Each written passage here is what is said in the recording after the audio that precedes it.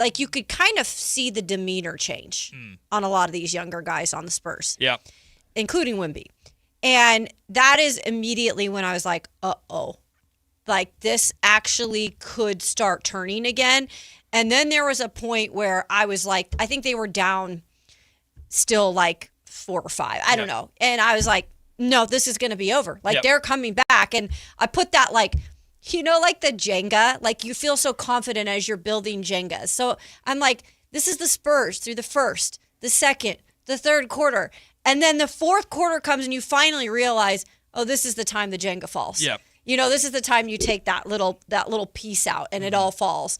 And that's exactly what the Spurs did again. Yeah, it's for the I mean, the Spurs, of course, they never quit. They never folded. But you could clearly see, and we're going to talk more about the Spurs in a little bit because we need to celebrate the Knicks first. Yeah. But you could see the Spurs recognizing it's happening again, and we still don't know what to do about it. We like the wheels fell off of the offense again in the fourth quarter. Now, scoring was hard to come by that entire game just because of how physical it was. And I want to give credit to the NBA officials, although there were a lot of foul calls at the end of that game where I was like, it feels like they're trying to extend this series for the Spurs, certainly. Sure. But I give the NBA officiating crews throughout this series a lot of credit for letting this be a physical, old-fashioned fight type of series between these two teams. And the Knicks very much won the war of attrition.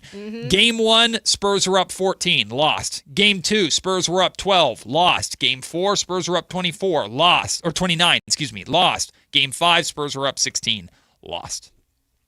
It's crazy. It's going to haunt them. It is wild to think about. And again, nothing to take away from the Knicks because you could go the opposite way with the Knicks and just be like, first of all, they smoked everybody leading up to this game or this series. And what it taught me about the Knicks, honestly, was that they truly were destined to win this for the fact that they did it in 2 different ways. Like, they did it in 2 different ways. And the entire finals or the entire playoff stretch, they lost 3 games. 3 games. And 2 of them were right at the beginning. Right. So it's to me, it almost taught me more about how much I respect this team because they could just find ways to get it done. Whether it be smoking someone or finding a way in the fourth quarter to come back double digits. I just want to make sure that I properly express the absolute appreciation and love that I have for Mike Brown and how he was able to get this done. I mean, this job was the most pressure-packed job you could possibly get. And we all know, the world knows, Mike Brown was not the first, second, or even third choice for this job by the New York Knicks. A lot of people said they settled on Mike as the coach. And when Mike was asked about that, his response to it was, well, I don't care. I'm in the seat, aren't I? I got what I wanted, so what do I care if I was the first, second, or third choice? But he ended up being the absolute right choice. He just made the right decisions over and over and over again. Jalen Brunson, without a doubt, is a superstar. And Brunson has been balling out before Mike Brown arrived, so it's not like I'm going to take what Brunson's been doing and say it's because of Mike Brown. But how Mike was able to utilize Cat, how Mike was able to turn OG Anunoby, who the Sacramento Kings could have had when Mike was here in Sacramento, but chose not to go for him, how he chose OG Anunoby into arguably the second most important player of this Knicks team. He stayed patient with Mikal Bridges throughout his struggles in the playoffs, whether it was Jose Alvarado or Shamet or whoever it was, finding the right role players to contribute at the right times and trusting them even when the games were close and on the line in the fourth quarter. This was a masterclass of coaching by Mike Brown. A masterclass of coaching, and the best part about the story of Mike Brown's season with the New York Knicks resulting in a title, it's not just that they won the title at the end of it, they also won the NBA Cup. They swept the freaking year. That's pretty crazy, They won actually. everything there is to win, and they beat the Spurs in both circumstances, which is pretty crazy. But it's the fact that it wasn't perfect, and there were stretches that weren't pretty. It didn't start well. When the Kings played the Knicks in Sacramento, the Knicks were in the midst of a bad stretch, and the heat was picking up for Mike. The playoffs got off to a brutal start for Mike Brown and the Knicks. He faced adversity time and time again, and things weren't working, and the pressure was highest, and the noise was loud, and he and this Knicks squad didn't care, didn't fold, stayed together, dominated the rest of the playoffs, dominated the San Antonio Spurs, in my opinion. Oh, the Spurs lost every single game. Doesn't matter. The Knicks were there. When it became winning time, there was nobody more confident than that New York Knicks squad. Mike Brown's a freaking NBA champion, and I could not be happier for him. Yeah, no, it's good to see, like I said, a team full of individuals that in their careers all faced a little bit of a different reason why they ended up right in New York. Yep. And people in a way giving up on them. I look at all these guys that are the stars, and in a way I look at all of them, and I think all of them felt at some point of their career, maybe a team or a coach or somebody gave up on them. Yeah. And it's almost like they all came together in New York at the right time, then with a coach that feels like a lot of people gave up on him and decided, like, let's actually find a way to make this work, because we know individually there's talent all over the board. Right. We have to find a way to use that talent along with chemistry, along with the veteranship that we saw that closed out games.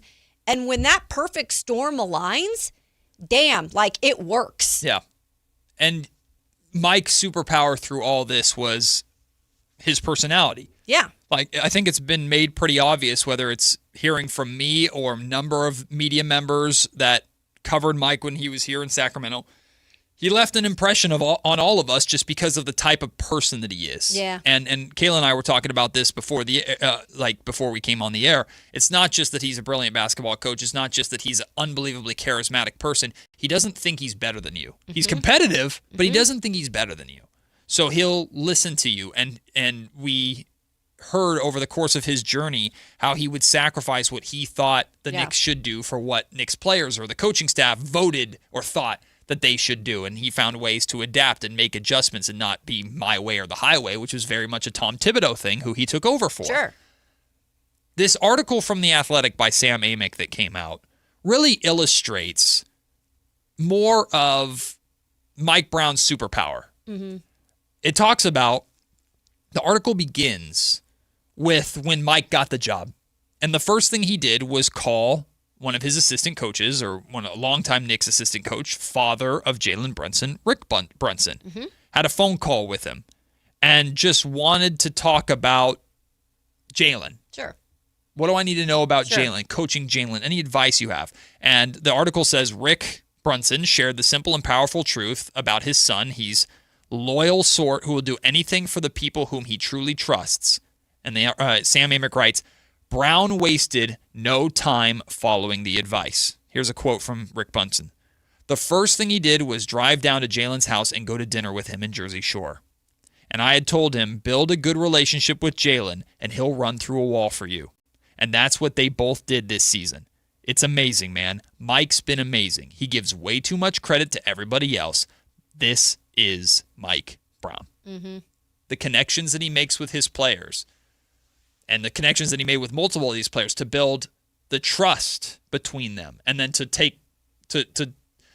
push credit away as much as he can. And he did that in his post-game speech during the awards after singing Who Let the Dogs Out for like a minute straight. Which was so funny to watch some of the reactions. Mike being hilarious. Mike. I mean, that's his superpower. That's who he is as a coach. And that's why so many in Golden State loved him, so many in San Antonio loved him, so many here in Sacramento loved him, and the New York Knicks played for him the way that they did. Yeah, I just love seeing, people like Mike Brown, and I didn't know him personally. Obviously, I wasn't here when he was here as the head coach, but you talk about him, other people talk about him around here, and it's unfortunate that maybe he didn't get more time to figure things out, right? And especially, now it's very painful in a way, because now you're going to see what he did with another team, a year after. But for Mike Brown and his journey, even before he got to Sacramento, this was a long journey to that point, even to try to, get it done as a head coach. Mm-hmm. It's one thing to do it as an assistant or as an associate, but when you're the head coach, you're wanting, like, that is like the pinnacle, right? Mm-hmm. And he came so close, and he's been down that path, but he came up short. Yep. And so to do it in a market that he knew coming in was going to tear him apart if he did not get as far as he did is crazy, because that amount of pressure, I can't even imagine. Like, we can sit and talk about it. Yeah.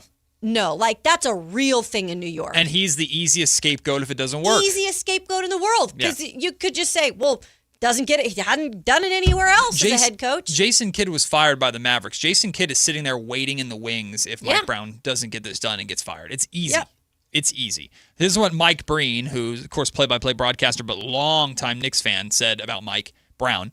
For a man to come into the situation with the pressure on him was something. It didn't go easy, and he never panicked. He relied on his people skills. He's so secure in himself, and all he did was give credit when other people's suggestions worked. And when they didn't work, he was the one who took the blame. He says the buck stops here. I think it took a while for him to learn about the team and for them to learn about him, but I think they realized that this guy's special, that they trust him. I don't think I've ever seen a head coach who is that collaborative. Mm-hmm. Mike is just, he don't care who gets the credit. Mm-mm. He don't care if he came up with the idea or not. If the idea results in winning, that's what he's about.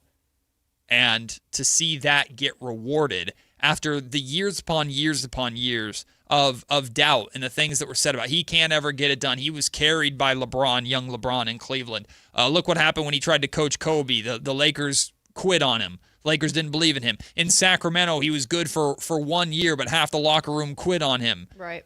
Like, all this stuff that's been said about him and his career. When he was hired, the amount of stuff that came out. Actually, we have audio here.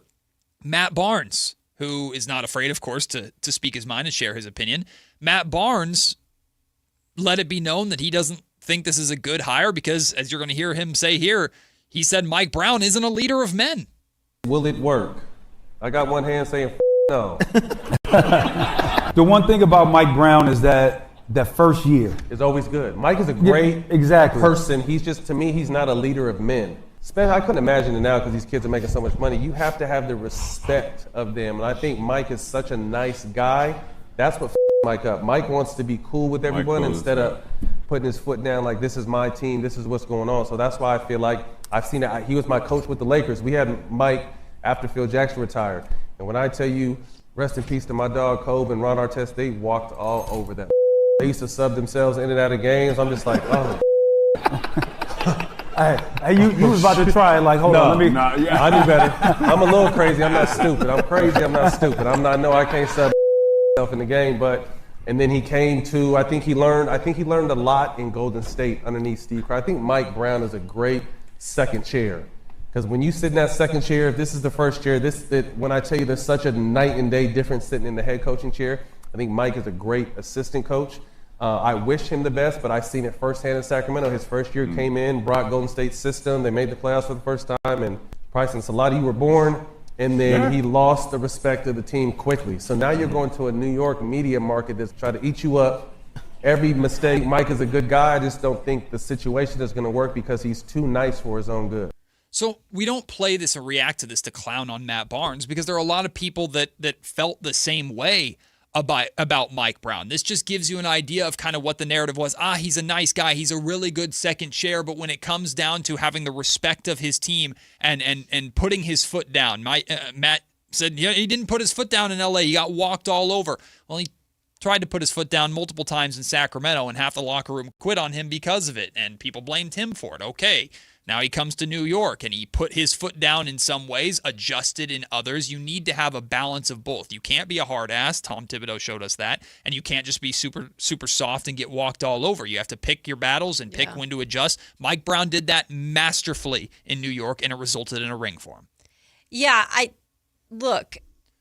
think that there is something to say just about how we see growth in players and how sometimes players can't get it done on one team, but because of the fit of everything else, it can happen on another team. Yep. I truly believe like that is what sport is about sometimes, is people, players, coaches, whatever it might be, they can grow differently in one spot than another, or they can have things come together for them in one spot and not another. I mean, I truly feel like that's just why sport's so good, because of that. But I think for Mike, in specifically kind of what Barnes was saying, is like, no, for sure he's not a head coach. Like, he can't get it done, and now he goes and gets it done. And we can say, look, we told you so, we told you so. For Mike, maybe that was just something he knew, like he had to change some things when he got to New York. It's okay to be growing as a coach too, even deeper in your career. The point is he got it done. What Matt Barnes said in that clip that I agree with is, like, he did learn a lot from being an assistant under Steve Kerr in Golden State. Of course, he learned a ton when he was an assistant under Greg Popovich with the San Antonio Spurs, right? You have to learn from your failures, but they also don't define you. He was fired 3 different times in his career before he finally got... Now, he's won rings before as an assistant. But he never got the job done as the dude, and he took over... Again, one of the most pressure-packed, easiest scapegoat jobs out there. Wasn't the first choice and ended up being the perfect choice for the job. And that can't be taken away from him. That can't be undermined in any kind of way. People might try to, but they can't do it. And then you have Josh Hart, who said, man, Mike was invaluable to this run. He understands what it is to be a champion. He understands how to build a team, how to build habits that put you in this position. We're so grateful, so thankful to have him at the top. He kept us even so many times. He's brought the best out of us as people first. I'm so happy for him. He's the reason why we're here, and we've got love for him. That's a bond that we're always going to have. Now, it's easy to say glowing words like this after you win an NBA title, but a man takes no credit himself, and the coaching position is considered to be less valuable than it's ever been before. And you have players that are saying that about the coach who just came in to do what other coaches in this team could never quite figure it out, and they figured it out with him. And we talked about this last week on the show, but we spoke about, and I know Kat didn't have an extraordinary series in this series. He was good in the first few games. I'll tell you games. this much, though. I don't think they could have gotten here without what Kat did up to that point. And we had the discussion about getting Kat to really buy in and get in his you-know-what in gear, because it wasn't in gear throughout the entire season, at least. So there's things that Mike Brown was able to do as a head coach that is very important sometimes when you, again, are talking about can the chemistry of this team work? Like, the talent individually is here, but if it can't work together, then we're crap out of luck. And it did, because I think he put the extra effort in with some of these players. You even mentioned about Brunson. From day one, going in and taking Brunson to dinner and being like, look, you can count on me. I'm here for you. Like, I'll believe in you. Whatever it is, to get a little bit more out of those players when it's all said and done. When we knew that the Knicks and the Spurs were going to be in the finals, we talked about on this show, like, who do we want to win? And we both ended up saying the Knicks and Mike Brown. I'm not at all hiding from how I felt about De'Aaron. We're going to talk about De'Aaron in the next segment, because he had a brutal series, and he's going to have to deal with an entire summer of being the poster child for failure and for criticisms and for jokes. He is the lowest hanging fruit in the league right now, and he has to wear that. And we're going to talk about that in the next segment. So we're not running for that by any means. My hope was that Mike Brown and the Knicks would win the finals, but De'Aaron Fox would play well. Mike Brown and the Knicks won the finals, and De'Aaron Fox played terrible. Like, that's what ultimately happened. But going back to Mike, when I pictured the Knicks winning the title, I always thought I'd take to these airwaves and just start screaming about Kings, how stupid, like, you fired Mike Brown, look at all. I don't have those sour grape feelings. Like, it's the total vindication. And Mike had already been vindicated with how well the Knicks were doing with him getting the job even before winning the title. But it's just total, complete vindication for Mike Brown. The Kings, of course, look tremendously foolish for firing him. We hope that they can learn from this, learn from the Michael Malone situation. You now have two different coaches that you've fired that have gone on to be successful. So you're half right. You just got to stick with it. And I hope the Kings are learning lessons from that. But I genuinely don't have sour grapes or frustrated feelings towards the Sacramento Kings today. They made a mistake. It was a terrible mistake. Whitey has said multiple times he thinks it might go down as one of the worst, maybe potentially the worst mistake the Sacramento Kings have ever made, which is crazy to say, but it might be true. But either way, today is a celebration for Mike Brown and what he was able to accomplish and how phenomenal Jalen Brunson is. There is nobody that can say that the Knicks don't have a superstar and that Jalen Brunson isn't a superstar anymore. He quite literally did something that only Michael Jordan could do, dropping 45 in that closer to win a title. That's insane. An insane performance from Brunson, leading the Knicks, who in terms of net rating, blew the Golden State Warriors out of the water in terms of the greatest team of all time in the playoffs. Wasn't close. No, it's fun to see, and I was just looking at just like posting, their last championships in the 70s, and to see like 26 now by there is just crazy. Right. To know too, it's a market like New York. It's like it is the number one market in the United States, and to finally see that done. That's why in Q&K today I have a story. I'll kind of mix two questions together, but kind of relates to the Brunson situation we were just talking about. Cool. Because again, like a lot of people doubted him, in his career, and to say that you helped do it and you were the MVP, like that's forever going to be like an incredible story. Right. So Q&K is coming up at the end of this hour at 10:45. In the next segment, though, we'll talk about De'Aaron Fox, of course, and we'll talk about the villain arc for Victor Wembanyama has really begun. Because, funny enough, when you have a big market team win a title, typically they're the ones that become the villains. Yep. They're the feel-good story. Yep. And the Spurs are becoming the villains very, very quickly. But I think that's great for the league. We'll talk about that, De'Aaron Fox's struggles, and more when we come back. Rick, Daniel, I see you both on hold. We will have you both on. You want to talk about Mike Brown. I would love to hear from you guys, so stay with us through the break. We'll have you on right when we return. You're listening to Matt and Kayla, just getting started on this beautiful Monday, Sactown Sports. Once again, the bright lights of New York are calling. And Alan Stiles is ready to answer. I'm talking to my guy Michael Scotto, and I want to chop cheese. And, if I get my coffee, then I go down to Bodega. I say I need a bagel with lox. Let me get some lox. So, how about those Knicks? Hey, you see Brunson last night? Forget about it. Hey, OG Anunoby, where'd he come from? I don't know, B. I'm in a New York state of mind. Your local sports leader, Sactown Sports 1140.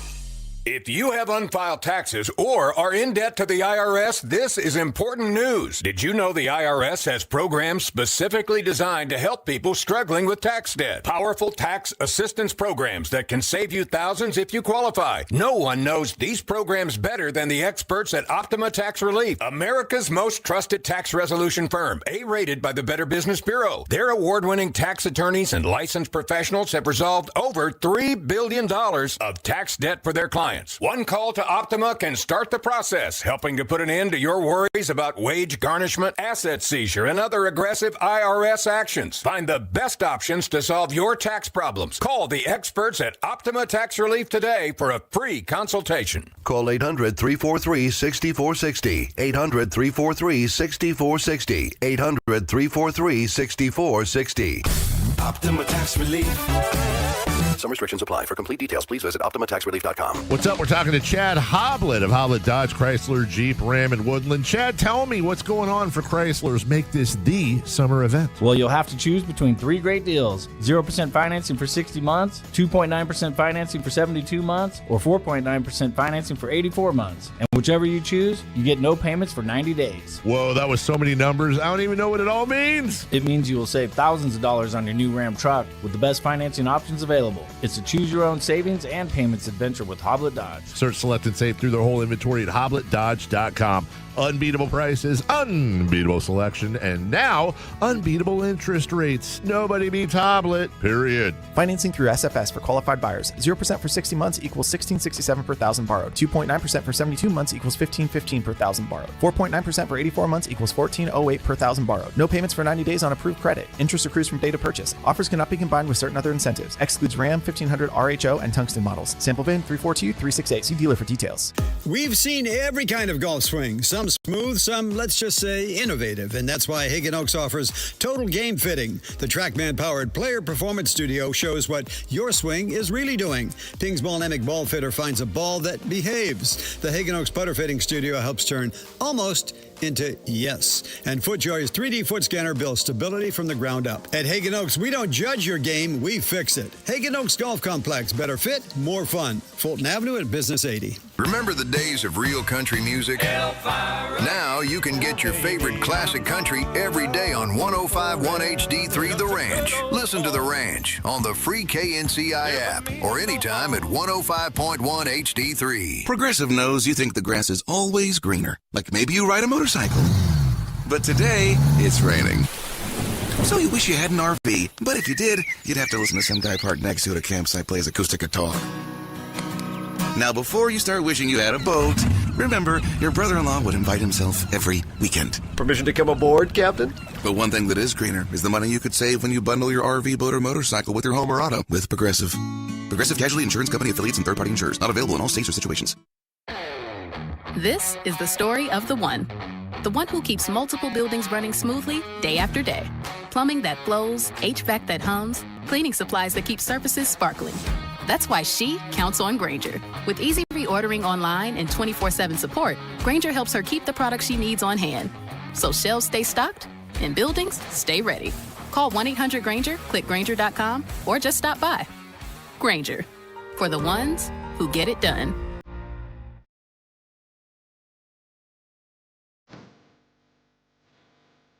Matt and Kayla on Sactown Sports 1140.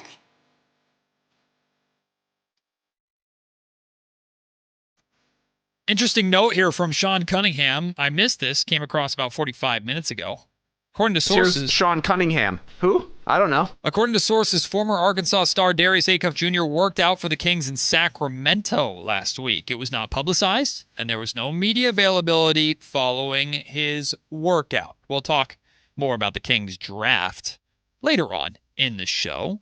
Before we talk about our ex in Texas, that's De'Aaron Fox, and Victor Wembanyama going full villain at the post-game press conference. Well, kind of. It's just how it ended. Let's hear from Rick, who was nice enough to hold during the break, wants to talk about Mike Brown. What up, Rick? Good morning. Hey, good morning, Matt and Kayla. Super happy for Mike Brown. This is an exciting series. It arguably could have been 4-0 Spurs, 4-0 Knicks, and everything in between. There was one situation, I think, that helped the Knicks a lot, and that's when I guess Mike Brown told Carl Anthony to take off his hat during a practice. Not a big deal, but the fact that he did it showed veteran leadership and showed that, this team was focused, no argument, kind of in contrast to Matt Barnes' comments on Mike Brown's experience in L.A. Mm-hmm. And the other thing, you guys had a segment before where you're talking about a team having a dog. And I think the Spurs, it just seemed that in all of their losses, they didn't have a dog at the end of the game. And, it's the Knicks just kind of waited around, and Brunson was a dog. I mean, he just took over, and the Spurs lacked that. And I can't wait to hear about Wemby becoming the villain now. And Rick, thank you for the call. We appreciate it. I mean, there is nobody that outworked Jalen Brunson at the end of those games. That's why the Knicks consistently won at the end of those games. I'd say Dylan Harper had moments. Stephon Castle had moments. De'Aaron Fox tried to have moments and failed. Wemby certainly had moments too, but Wemby looked scared a lot in the fourth quarter, which was pretty telling for me. Yeah. Also, even with Wemby being like the future guy like of the league, which I think he's already kind of arrived on that scene. Yes. There wasn't I get what he's saying. There wasn't a mentality of leadership, how to show them the younger guys, there's no fear. Yeah. In the fourth. And that should be De'Aaron's role. Yep. But he failed at that. I don't think De'Aaron was afraid. I think he was just a brick, unfortunately. Yeah, but it Just a then walking showed in brick. his confidence. Then he couldn't lead. Yeah. You get what I'm saying? Yeah. Tin wants to join the conversation. Good morning, Tin. How are you? Good morning, Matt. I'm great, and thanks to you guys back there, Kyle and Kayla. Hey. Hey, so, yo, it's pretty awesome. Like, Sacramento, even though we're not in any contention for any championship, anything like that, but we're around it, infinite. The A's, they welcome back, their home fan base today. And the championship Philadelphia City, It was kind of having a hard time understanding Tin. There was a lot of background noise. I think he was talking about the A's coming back to Sacramento. Back. They're going to be playing back here, right? I guess. Yeah, they're playing the Pirates and the Angels this week. Yeah, because they've been. We'll talk about that later. Oh, the Vegas series was a joke. They've been on their Vegas whatever you They might be wanted happy to to call be that. back in Sacramento. I seriously think they are. What a mess. What a mess. Thank you, Tin, for the call. All right, let's talk about it. De'Aaron was brutal. I mean, he is. It doesn't really matter. It does, Foxy. And the one thing that I am seeing consistently about De'Aaron that I disagree with is that it doesn't matter to him, which is why that drop is so kind of funny and appropriate, but in a wrong way. Matter. De'Aaron's nonchalantness that he has, I believe, is a front. Because the interactions that I've had with De'Aaron over the years, he's very much cared about what's being said, and he's very much cared about losing and been frustrated about some things. And I know he doesn't always outwardly project that. I promise you, from what I understand, this stings. But I also know that if De'Aaron doesn't want to look at himself in the mirror, well, then he's never going to fully overcome what took place. Because unfortunately, he was brutal throughout the entire finals. There's no ifs, ands, or buts about it. He was you could say he was the worst guard on the Spurs throughout the playoffs, and I don't think that is an exaggeration. And ultimately, the biggest criticism that I've had for De'Aaron, Kayla, is that he didn't do his job for the Spurs. And his job in particular is being that fourth quarter guy, being their closer. We've heard Mitch Johnson and different players label him as such. And in 5 fourth quarters in these finals, Fox shot 5 of 19 from the field, 26%, 2 of 7 from three-point range, 28%, and turned the ball over 5 times in the fourth quarter. He didn't do his job. And the Spurs, the reason why I feel the Spurs lost this series is because their lack of experience. And while De'Aaron didn't have a boatload of experience himself, they needed a veteran to lean on to get them through when things were falling apart. And Fox never stepped up in that role at any point during this series. That was my problem. I have always been one to come on here and say he did not pay himself that money. Mm-hmm. And I still firmly believe that's not necessarily what we should be getting on Fox for. Because he did not, again, pay him that money. Right. However, if I am a player who is getting paid that type of money, and I know that, okay, my role might have diminished a little bit in terms of my shot taking, or I'm not going to be like maybe that guy in terms of points every single night.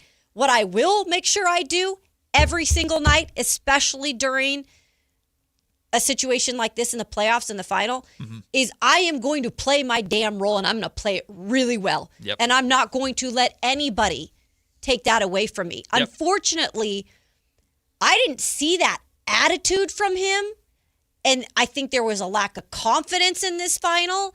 I don't know what it was. Again, it's not like he's come out and said a lot, but he disappeared a lot in the fourth quarter.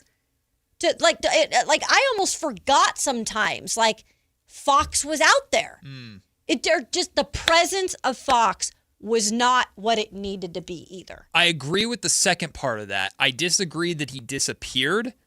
I think he was very much involved, and that hurt them because when he was involved, he was not good. I guess I mean he disappeared in terms of any positive play. There was just not a lot of I think he was. Oh, that was Fox who made that. He was positive on only one end of the floor, which was defense. Right. Defensively, he was positive for the most part I'll say more early in the series than the last couple of games. Sure. He wasn't positive on that end either. But the problem was, and funny enough, I sent this clip to you guys, but I realized I didn't cut it out, so I'm going to try and find it for later in the show. Iman Shumpert, who was Fox's veteran here in Sacramento when he was here for a short period of time, actually pointed out how it made him uncomfortable a little bit, how much in Game 5, when knowing Fox was struggling, Mitch Johnson still drew up multiple plays for De'Aaron to get him going, and Fox just bricked. Like, he couldn't hit anything. He didn't look like his explosive self. Everybody made mistakes in the fourth quarter. Wemby was bad in the fourth quarter. Dylan Harper, who was great for most of the game, was bad in the fourth quarter. Stephon Castle was bad for most of the game. None of that matters, though, because those are all first, second, and third-year players. De'Aaron Fox is the veteran, and when things are unraveling for the fifth straight game, things are unraveling at the same point.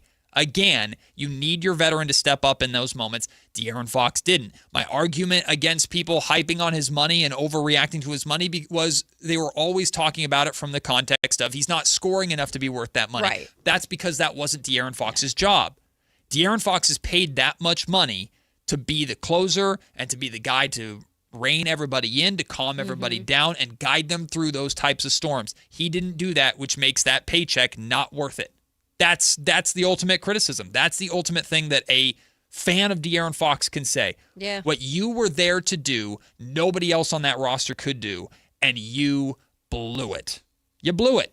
It's not the layup in Game 4. It's not taking control when the games got out of hand time and time and time again. By the way, is this so I'd seen some, obviously there's tons of stuff right now on social media about, Fox, about the playoff, like just a lot out there. But did he unfollow the Spurs? I saw this. I don't care. I have no idea. I was just curious because it was like something that had popped up a few times on my my timeline. So I rolled my eyes. I don't think De'Aaron's going anywhere. I think the Spurs, again, how these finals went definitely changes the way people look at De'Aaron, and rightfully so. Like, rightfully so. There's no defense against that. You can't just ball that up and throw it away. It changes the way people look about De'Aaron, and maybe slightly changes the way the Spurs feel about De'Aaron Fox, but their timeline hasn't changed. I still expect the Spurs to be back because I expect Wemby, Castle, and Harper to be better. Yeah. If De'Aaron's not ready to keep up, then he's going to fall into the background. And that's why I'm really, really, this is an opportunity for De'Aaron, and I have no clue how he's going to respond. De'Aaron is at a crossroads right now. To his left is, I'm going to become what Zach LaVine is. And I that's insulting, but hear me out. I'm going to be family, I got my money, and I'm just going to do my thing. Yeah. That's the Zach LaVine approach to things, and that works for Zach and good for him. Or I'm going to put my head down. I'm going to use all of this as motivation. I am going to give a damn, and I'm going to come back and overcome this or learn from this. He has that choice. And if he chooses path B, then he'll become the highest paid sixth man in the league for a few years until the Spurs trade him away, and he can count his money. I don't believe that's how De'Aaron's wired, but we're gonna find out. Yeah, we are. Here's the crossroads, bud. Which way are you going? I'm very interested to see how he responds to this, and if this wakes him up a little bit or not. I am too. I just think, and I know you've mentioned the nonchalantness sometimes, at least what he portrays in the media. I think it's a defense mechanism. I think it is too, and I think as much as we want to say, like, these players, they don't look at stuff, they don't read stuff, I do think that with what happened in this series, coming into it, you're going to get criticism, whatever, when you're a player. I think once he hurt the ankle and then his confidence kind of dropped a little with the ankle thing, and then the criticism really started to grow. I just think at the end of it, he was outside of his body. Like, I just don't even think that was like true what De'Aaron Fox could have been if he didn't lose all of that confidence early on in the playoffs. The confidence of De'Aaron Fox in Beam Team year was not there. It was gone. Yeah, very much not there. We have Q&K coming up next, and I don't want to interrupt that, so let's go to Gary real quick before we go to break. What up, Gary? How are you?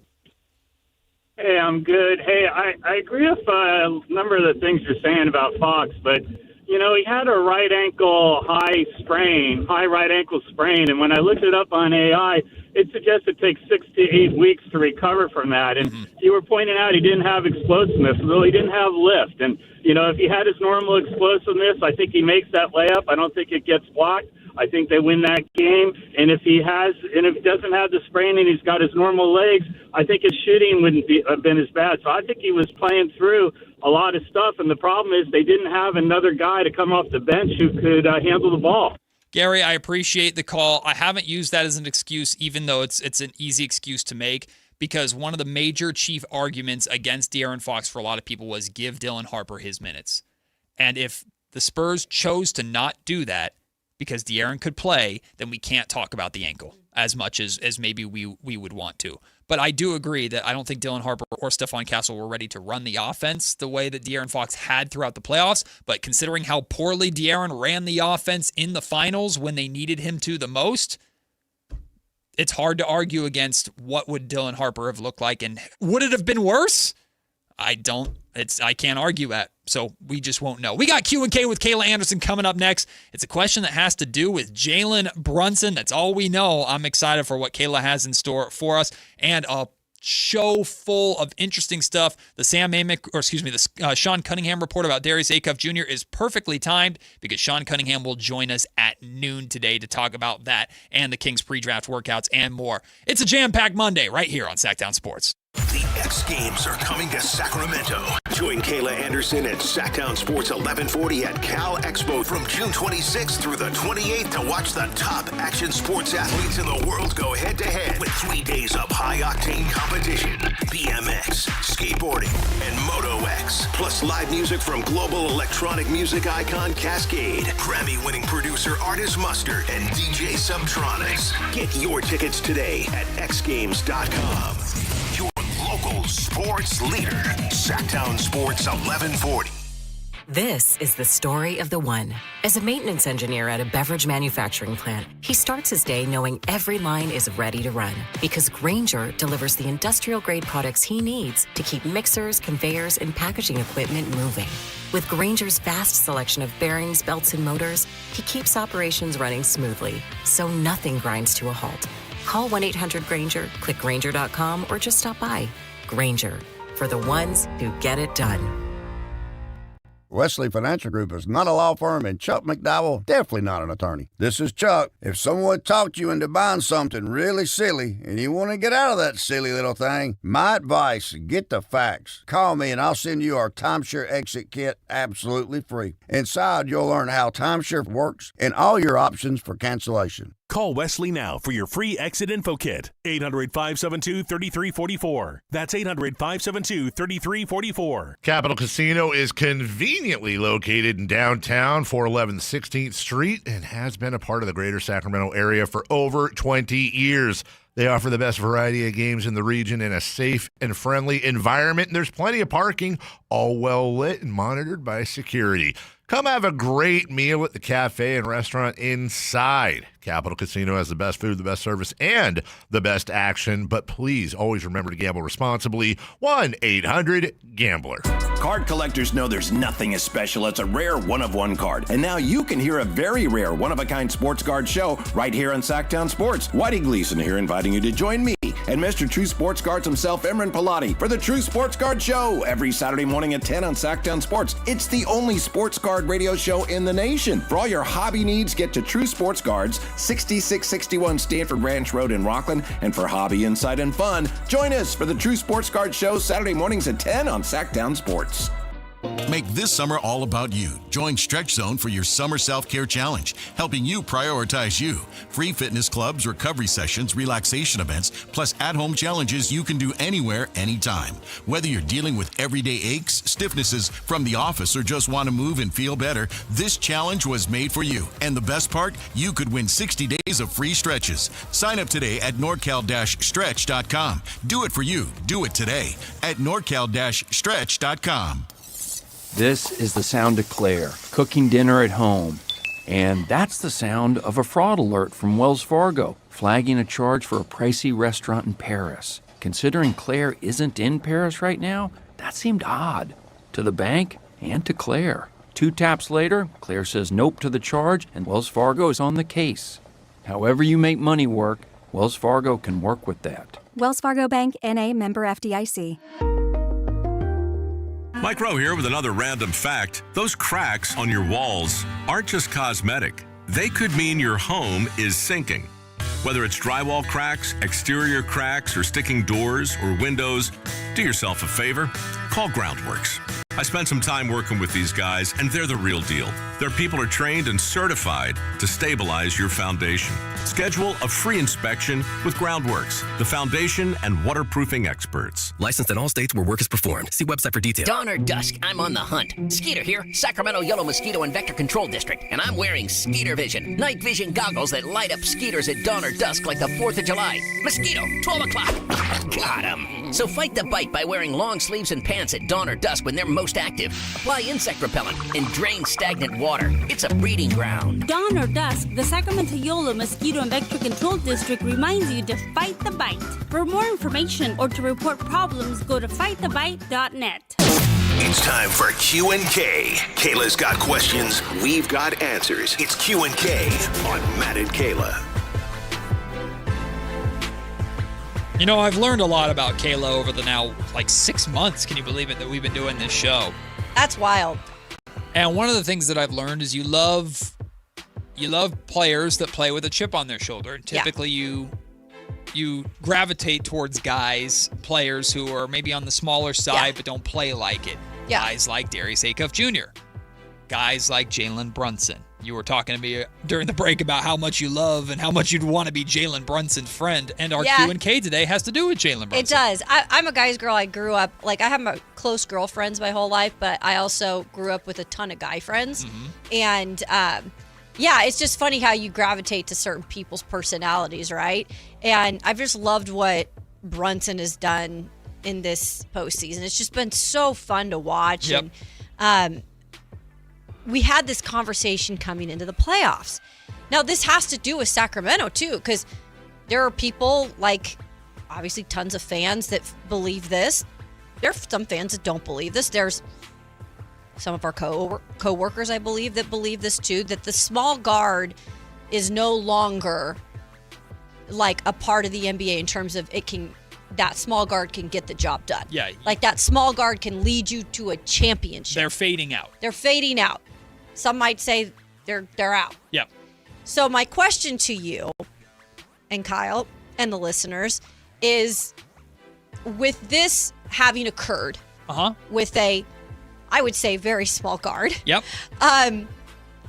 Leading this Knicks team to a championship. And I know he was undrafted, and I know there's a different path with other guys that are, maybe potentially in this year's draft. But does it change your mind at all with his performance, averaging 32 a night, everything that comes along with it, that the small guard can no longer lead a team to a championship? I never subscribed. I know to you that. didn't necessarily. However, but does it give you more confidence? I think it speaks to the importance of, one, the mindset of the small guard, and two, what you put around the small guard. Because, we were funny. That's a good answer. We were talking about Josh Hart a little bit, too. And now Josh Hart doesn't do what Jalen Brunson does. But Josh Hart plays power forward, and he's built like a guard because he has this relentless attitude and nose for the ball and just goes for it and plays with that energy. So it's always been this way in the NBA. If you're blessed to be Victor Wembanyama and 7'4", I'm not saying you don't have to care as much. Clearly, Wemby cares a ton and works his butt off. But if you're 6'1", you have to scratch and claw a little bit more. And so what Jalen Brunson has taught me, what Steph Curry has taught me, is that what Tyrese Maxey to some extent is telling us, is teaching us, is that you have to have just a certain level to you, whether it's competitiveness, being a dog, just having an unbelievable work ethic, whatever it may be. There needs to be something about you to be the small guard that can get it done. Mm-hmm. But is the small guard obsolete? Obviously not, based off of what Jalen Brunson was able to do. And you also need to have the right players around them to be effective. But I think that we learned that lesson over the last 2 NBA finals now is depth has never been more important than now.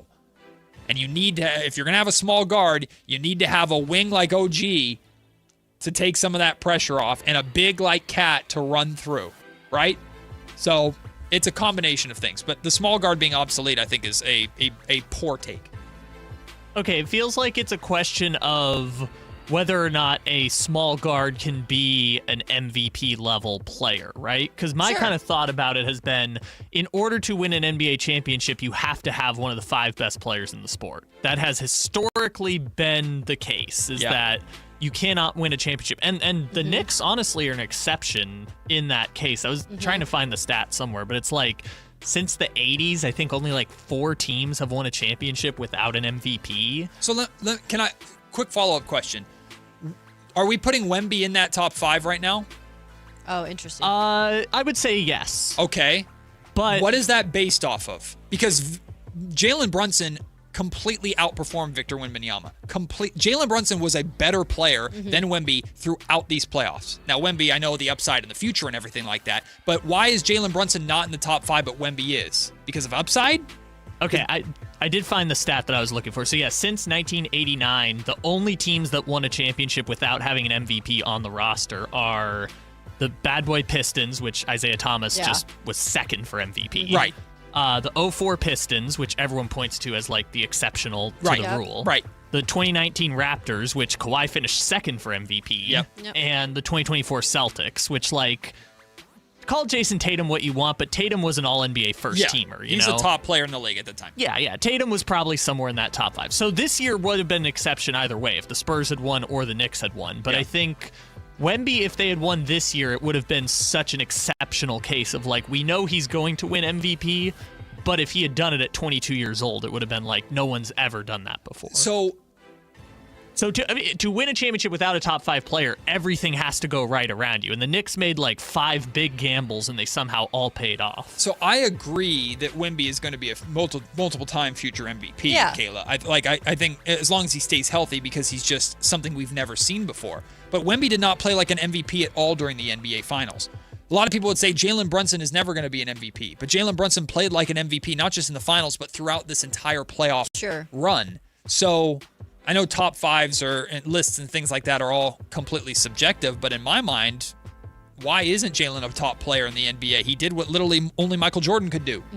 Here's the other one, is that 04 Pistons and these Knicks are the only teams to win a championship without an all-NBA first-teamer on their roster anywhere. Which, again, all-NBA first teams are subjective, but 5 players make the all-NBA first team, so theoretically you could argue if you made that list, you were a top 5 player at some point in your career. Yeah. So I think Brunson's top 10, but I think most people can find 5 players. But the way the Knicks won it is a more traditional path where, like, they made the playoffs in 2021, then they made the signing of Brunson and lost in the second round, then they lost in the second round to the Pacers, and then they traded for Cat and Bridges, and then they lost in the conference championship, and then they finally got over their demons, fired the coach. Like, they literally went through all the steps along the way to get to the championship. In a weird way, Kayla, the Pacers almost did it first last year, because if they had beaten the Thunder, Tyrese isn't a top 5 player. Pascal's not a top 5 player. So they almost did it first, and the Knicks said, well, we're going to do it right. Yeah. I love where the NBA is. I love where the NBA, well, there's other problems. We'll talk about that later. I mean, but I love like depth being so important and parity being so good. Yeah, I think there's no complete wrong opinion, because whatever, everybody has a different opinion. I think, though, to again say, and I speak about this because we're talking about this upcoming draft and the Kings potentially picking a maybe undersized point guard. That's high potential. There's high potential in that. And I'm not even talking about just Acuff. I mean, Kingston's still not a big guy. So it is very relevant here, because I do think people have that take of like, undersized guard. Here we go again. Yeah. You know, Fox all over again. But I think a lot of people are acknowledging, to your point, the way Jalen Brunson is played. Now you look at the guards in this upcoming draft and you go, okay, we can't write them off. Exactly. Because if one of them has that killer instinct and these are lottery picks. Yeah. Jalen Brunson was a second rounder. Yeah. And he has it. Mm-hmm. So does Kingston Flemings have it? Does Acuff have it? I mean, Acuff's been compared to him a lot. Does Michael Brown Jr. have it? Right? Keaton Wagler's more of the new era guard because he's 6'6" in shoes. But now people are like, is a combo guard capable of doing it?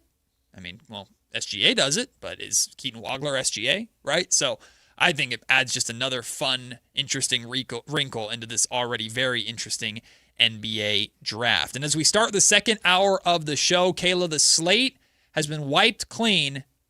Everybody's 0-0. The draft is just over a week away. And I'm feeling optimistic today. I'm wondering how everybody else is feeling now that we can turn the calendar over to the next NBA year in regards to the Sacramento Kings. We'll talk about that next and some NBA offseason predictions from the show. It's Matt and Kayla on Sactown Sports. This is the story of the one. As a safety manager at a manufacturing plant, he does everything he can to keep his coworkers safe. From finding ways to reduce risks to keeping safety supplies in stock. And for that, he relies on Grainger. Grainger offers a broad range of quality products and next-day delivery, so he can always play it safe. Call 1-800-GRAINGER, click Grainger.com, or just stop by. Grainger, for the ones who get it done. Golf to Go is brought to you by the Hagen Oaks Golf Super Shop. Here's Frank LaRosa. We golfers tend to grumble too much. Golf Monthly's Nick Bonfield compiled our biggest complaints. They include our own game. The refrain, is it going to be another one of those days, should maybe be realigned and set about the next shot with positivity. Next is our equipment. We always blame our tools even though they were just along for the ride. Course conditioning is another gripe, and maybe you should try getting up while it's still dark, whether it's 108 or 32 degrees, and deal with global warming, limited budgets, and sustainability. And then go hug your superintendent for what they do. Dress codes get a lot of attention. Some feel the tradition should be maintained, and others are comfortable in T-shirts. It's a game, people. Also in the mix are rules of golf, slow play, the World Handicap System, tee time booking systems, bad luck, and more. I say you get out of it what you're willing to put into it. You're on a golf course, your phone's not ringing, and you might make a birdie or two. Enjoy the moment. There's lots of time left in the day for complaints. That's your Golf to Go. I'm Frank LaRosa. Hi, how can I help? Well, my husband and I feel like we've outgrown our current money manager. I see. Our lives have changed, and we need something more than just mutual funds to help us in retirement. She's right. I hear that often. At Fisher Investments, we'd start by getting to know you, your finances, family, health, lifestyle. We tailor a portfolio around your goals and needs. Sounds good. Can you help with estate planning? Yes. We have a team of specialists who can help you with estate planning, Social Security, investment income, and more. We'll get to know your whole financial picture and help keep you on the path to a comfortable retirement. And your fees? We have a simple, transparent fee that's a percentage of the value of your portfolio. So we do better when you do better. I feel better already. At Fisher Investments, we're clearly different. Learn more at fisherinvestments.com/different. Investing in securities involves the risk of loss. Sacramento's best selection, best quality, and lowest prices on kitchen and bath products are at the new Anova Cabinet and Stone. For a limited time, get stunning new quartz countertops starting at just $159. That's right, only $159 for gorgeous quartz countertops. Listen to this. For a limited time, cabinets for kitchens and bathrooms are up to 50% off. Yes, up to 50% off new cabinets. It's a must-see, the new Anova Cabinet and Stone at Florin Road and Highway 99. Learn more at AnovaCabinetStone.com. Gas prices got you down? Now is the time to save at Hoblet Dodge Chrysler Jeep Ram in Woodland. When you save up to $15,000 off MSRP on the new 2026 Ram 1500 Crew Cab. With over 600 Rams available, your new Ram is waiting at HobletDodge.com. Nobody beats Hoblet, period. 15,000 total net savings after factory incentive and dealer discounts. Incentives include $500 on-the-job upfit for eligible upfit, 1,000 Hoblet trade-in assistance on eligible trade-in, 500 Hoblet business owner bonus for verified business owners, and 9,500 dealer discount. 10 at this net savings. See dealer for details. Patrick was way behind on his IRS taxes. I was in way over my head. The total amount ended up being somewhere just over $30,000. $30,000.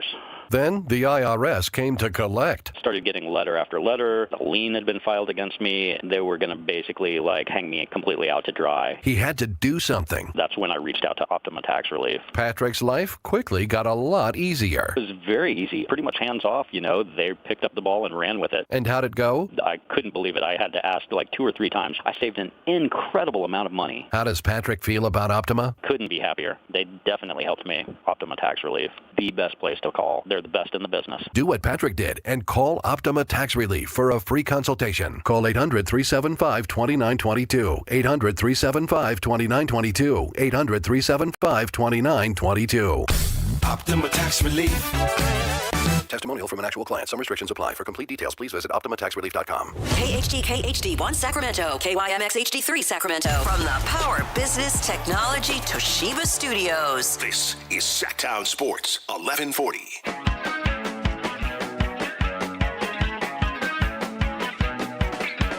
It's Matt George and Kayla Anderson on Sactown Sports 1140. And so it has come to an end. Now, the Sacramento Kings haven't played basketball for 2 months. But the NBA season is over. It's done. It's kaput. And we got no time to waste because, bam, we got the NBA draft in a week. 8 days. And then California Classic right after that. Then Summer League right after that. Free agency and everything in between. The offseason really isn't the offseason until August, if we're being completely honest with you. So lots of NBA still coming your way. But now the calendar turns over, Kayla. Everybody is 0-0. And like I said, with the draft right around the corner, I woke up feeling yesterday, actually. I woke up after the Knicks won the championship, won the NBA Finals. I woke up on Sunday, and I was like, I'm good. I'm optimistic. I'm ready. Let's see, time for the work to begin. Let's see what Scott Perry can do this summer.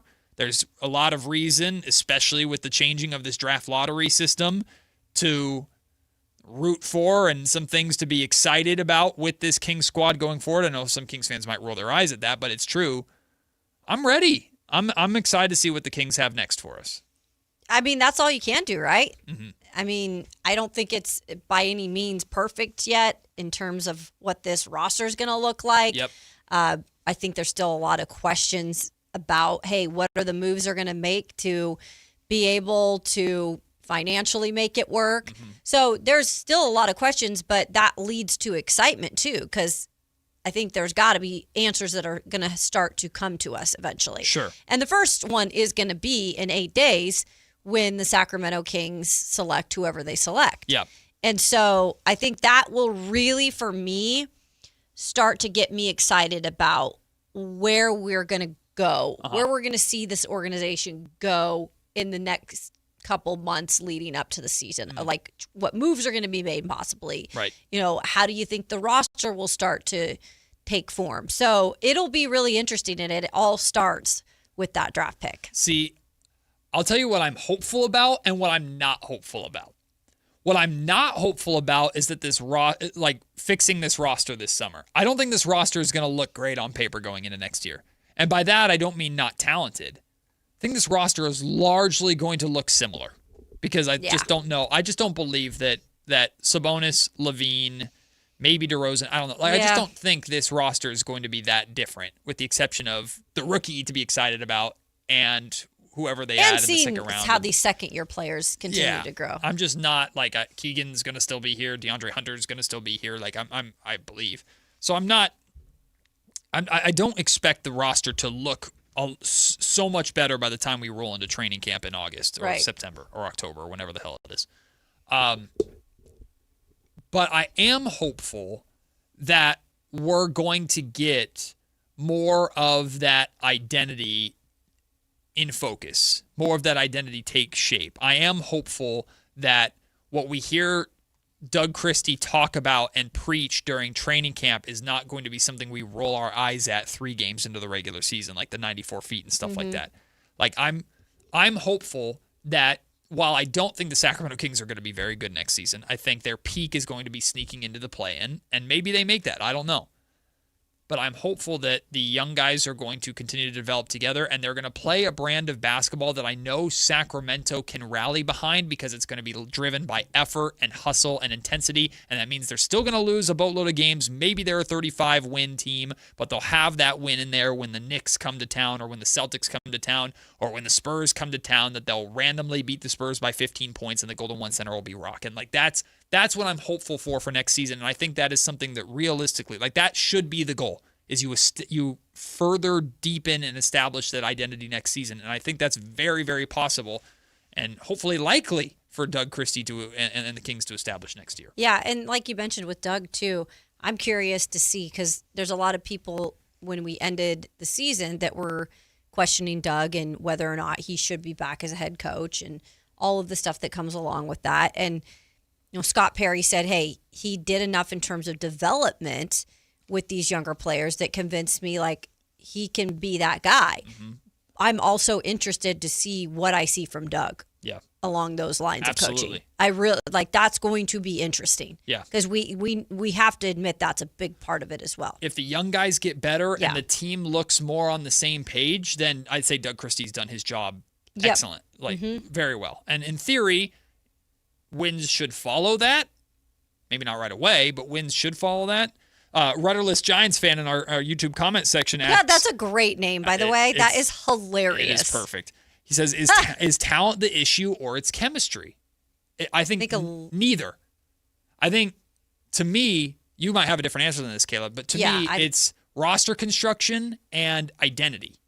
Those are the issues, because you have your identity or what you say you want your identity to be, but the way you play and the way your roster is constructed doesn't fit that identity. That's the main issue for the Kings. And that's something that you don't need to completely overhaul the roster and take 3 years to fix. Yeah. You don't need to be a playoff team to play with an identity. In theory, you want to establish an identity and then build upon it.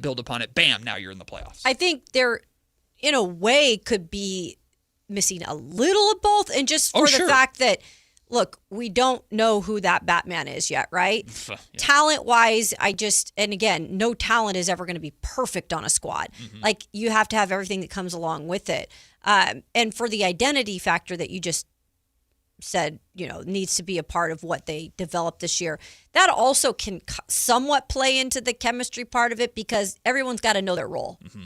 I think last year, that was not the case. Well, and people's roles, even if they felt they knew their role, people's roles contradicted each other, because Zach LaVine's role on paper is not what the Kings want to be. Exactly. And DeMar DeRozan's role as a isolation scorer, okay, now wait, he's a facilitator. Russell Westbrook's role went from primary scoring option to now pick and roll floor general for Max. Like, consistency. Mm-hmm. I want to know how the Kings want to play on day one. I want it to not be a joke by day 4. And by game 82, I want to be able to say, wow, they got exceptionally better at that. Not halfway through going, well, we got to scrap this and change it because it ain't working. No, stick with it and have it fit the talent that you're actually playing. Don't tell me you want to be a defensive-centric team and play Zach LaVine a boatload of minutes and have Dylan Cardwell not play. That doesn't make sense. That's what I'm looking for, and that's what I put mostly on Doug Christie. Yeah, that's got it. That has to be answered. I think coming into the season, we cannot go back to the conversations that we had pretty much at least half of the season with the freaking logjam. I don't want to hear any of that stuff. Like, that cannot be what we're focused on, is what I'm saying. Yeah. If I don't want to spend more than a day talking about balancing the veterans on the roster with the young guys in the rotations. That storyline was for 2020. Yeah. 26. I'm not saying you can't make adjustments, because you're going to have to with injuries and things of that nature, and you want to have depth. But I don't want to spend all of October and November and most of December until we get past Christmas figuring out what the rotation is. Mm-hmm.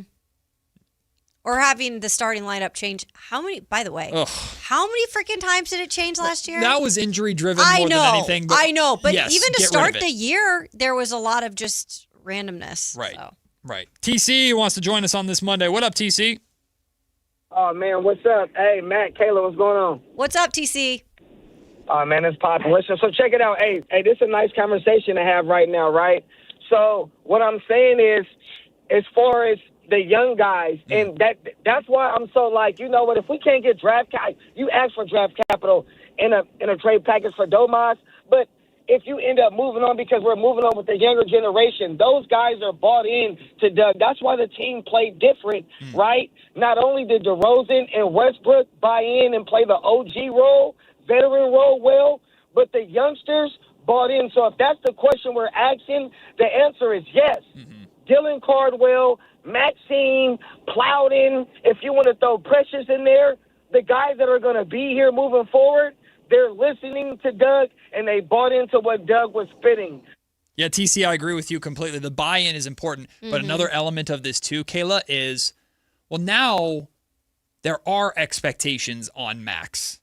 Now there are less or so expectations on Neek and Dylan because I think they're both still more trying to find their way. But Max, in theory, has established what he could be for the Kings, and now he has to build upon it. If a team is looking at a scouting report for the Kings and their young players specifically, they're probably going to be taking a close look at this rookie that they drafted 7 overall. But I think a lot of teams are also going to be focusing on Maxime Reynaud because he's the next young guy that is ready to take that leap. So you want to see the guys buy in and have Max continue to be bought in, but Max also needs to be prepared for whatever the sophomore slump is, and that he's got to bring more to the table. You can't just do the same thing because the league's going to adjust to you. So either get out ahead of it or be ready to adjust to those adjustments. Yeah, I think when you're looking at potentially Max, and again, we've had this conversation. We don't know for sure if he can be the starting center, but I do feel like after last season and what people saw out of him, like it's looking more like he could be that guy. And if you're the Kings and if you want this team to come together more so quickly than not, you kind of would like for that to be the case because eventually you're going to get rid of Domas, it sounds like at least. So I want to say there's not expectations as much on them, but in a way, I kind of feel like, especially on Max, like the expectation is you got to keep you got to keep getting better. Yeah. And you cannot fall backwards. You want this entire season to be building momentum towards the future. So arguably the most momentum you have right now is Maxime Reynaud. You don't want that momentum to fall on its face. You don't want him to take a step backwards. Now he's going to struggle. He's going to sophomore slump is a real thing. Yeah, I mean you got Everybody teams adjusting to you and everything. I get that part of it. But you can't afford to be like, okay, wait, where did that, because I still feel we're talking about Keegan, his rookie season, being that 3-point guy. And ever since then, again, I got here in September, so I don't have as much background on Keegan as you guys talk about. But what I've gotten the vibe here and how people talk about him is like he has not gotten to that potential.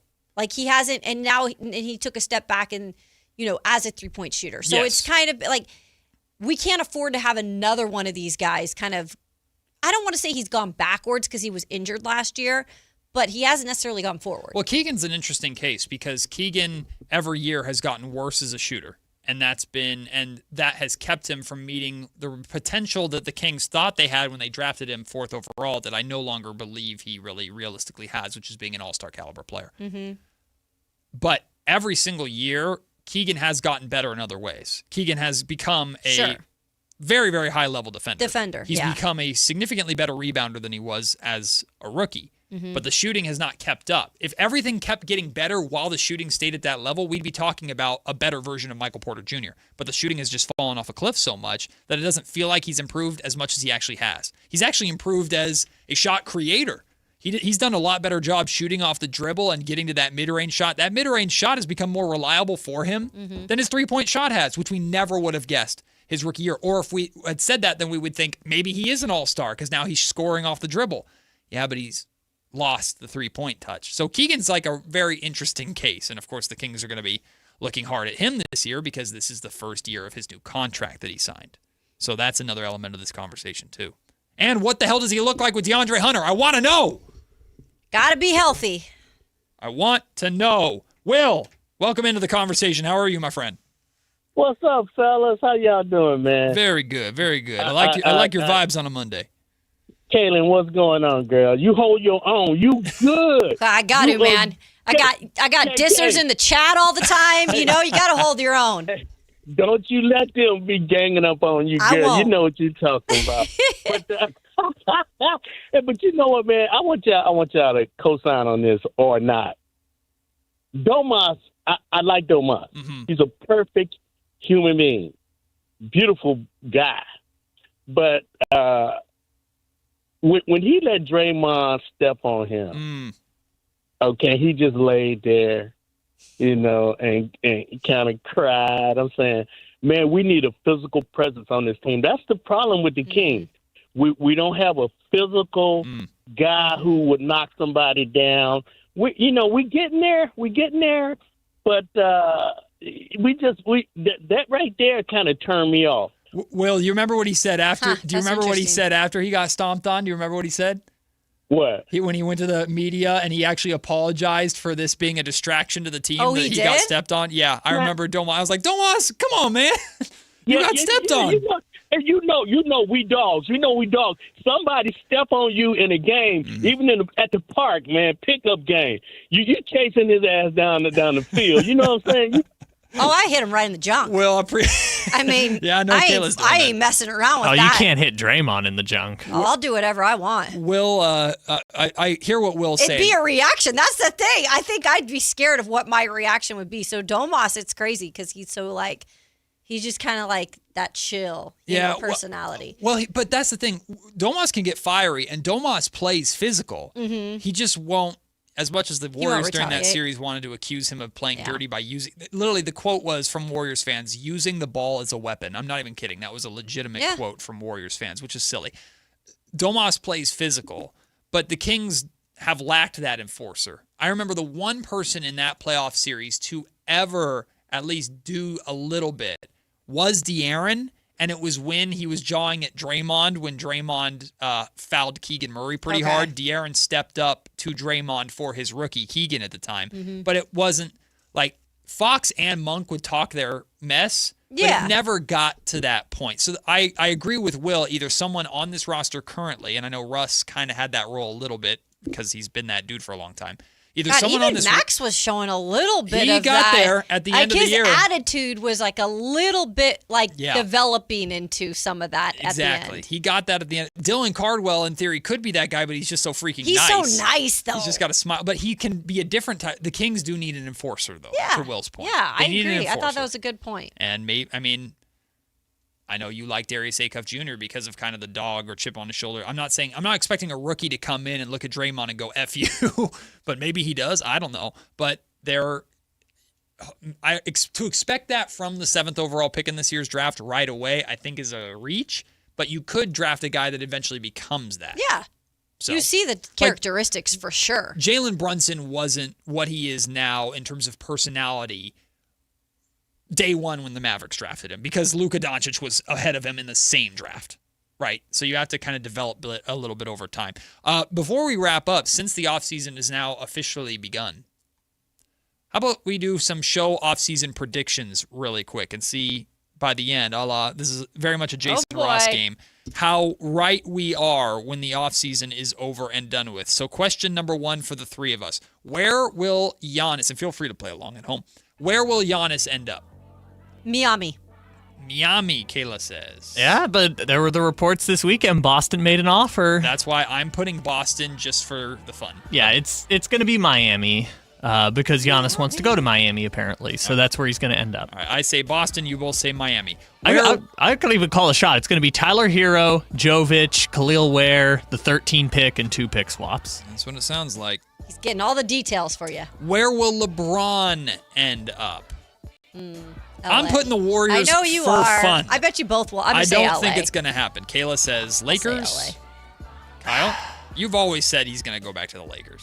He's going to be forced against his will to go back to the Lakers. But he loves a Golden State plotline so much.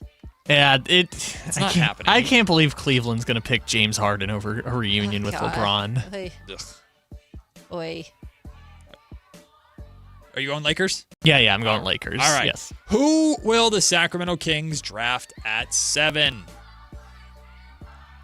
Well, It's not who Look, do you want. I know. Who will? Yeah, I think who's going to be available is going to be Kingston Flemings. I am also So going I'm Kingston going with Kingston. Flemings. Let me make it clear Nope. that Kayla's giving up on A-Cuff. You heard it here first. Kayla hates A-Cuff. let me make it clear. I want them to draft A-Cuff. Right. Realistically, I don't think he'll be there. Right.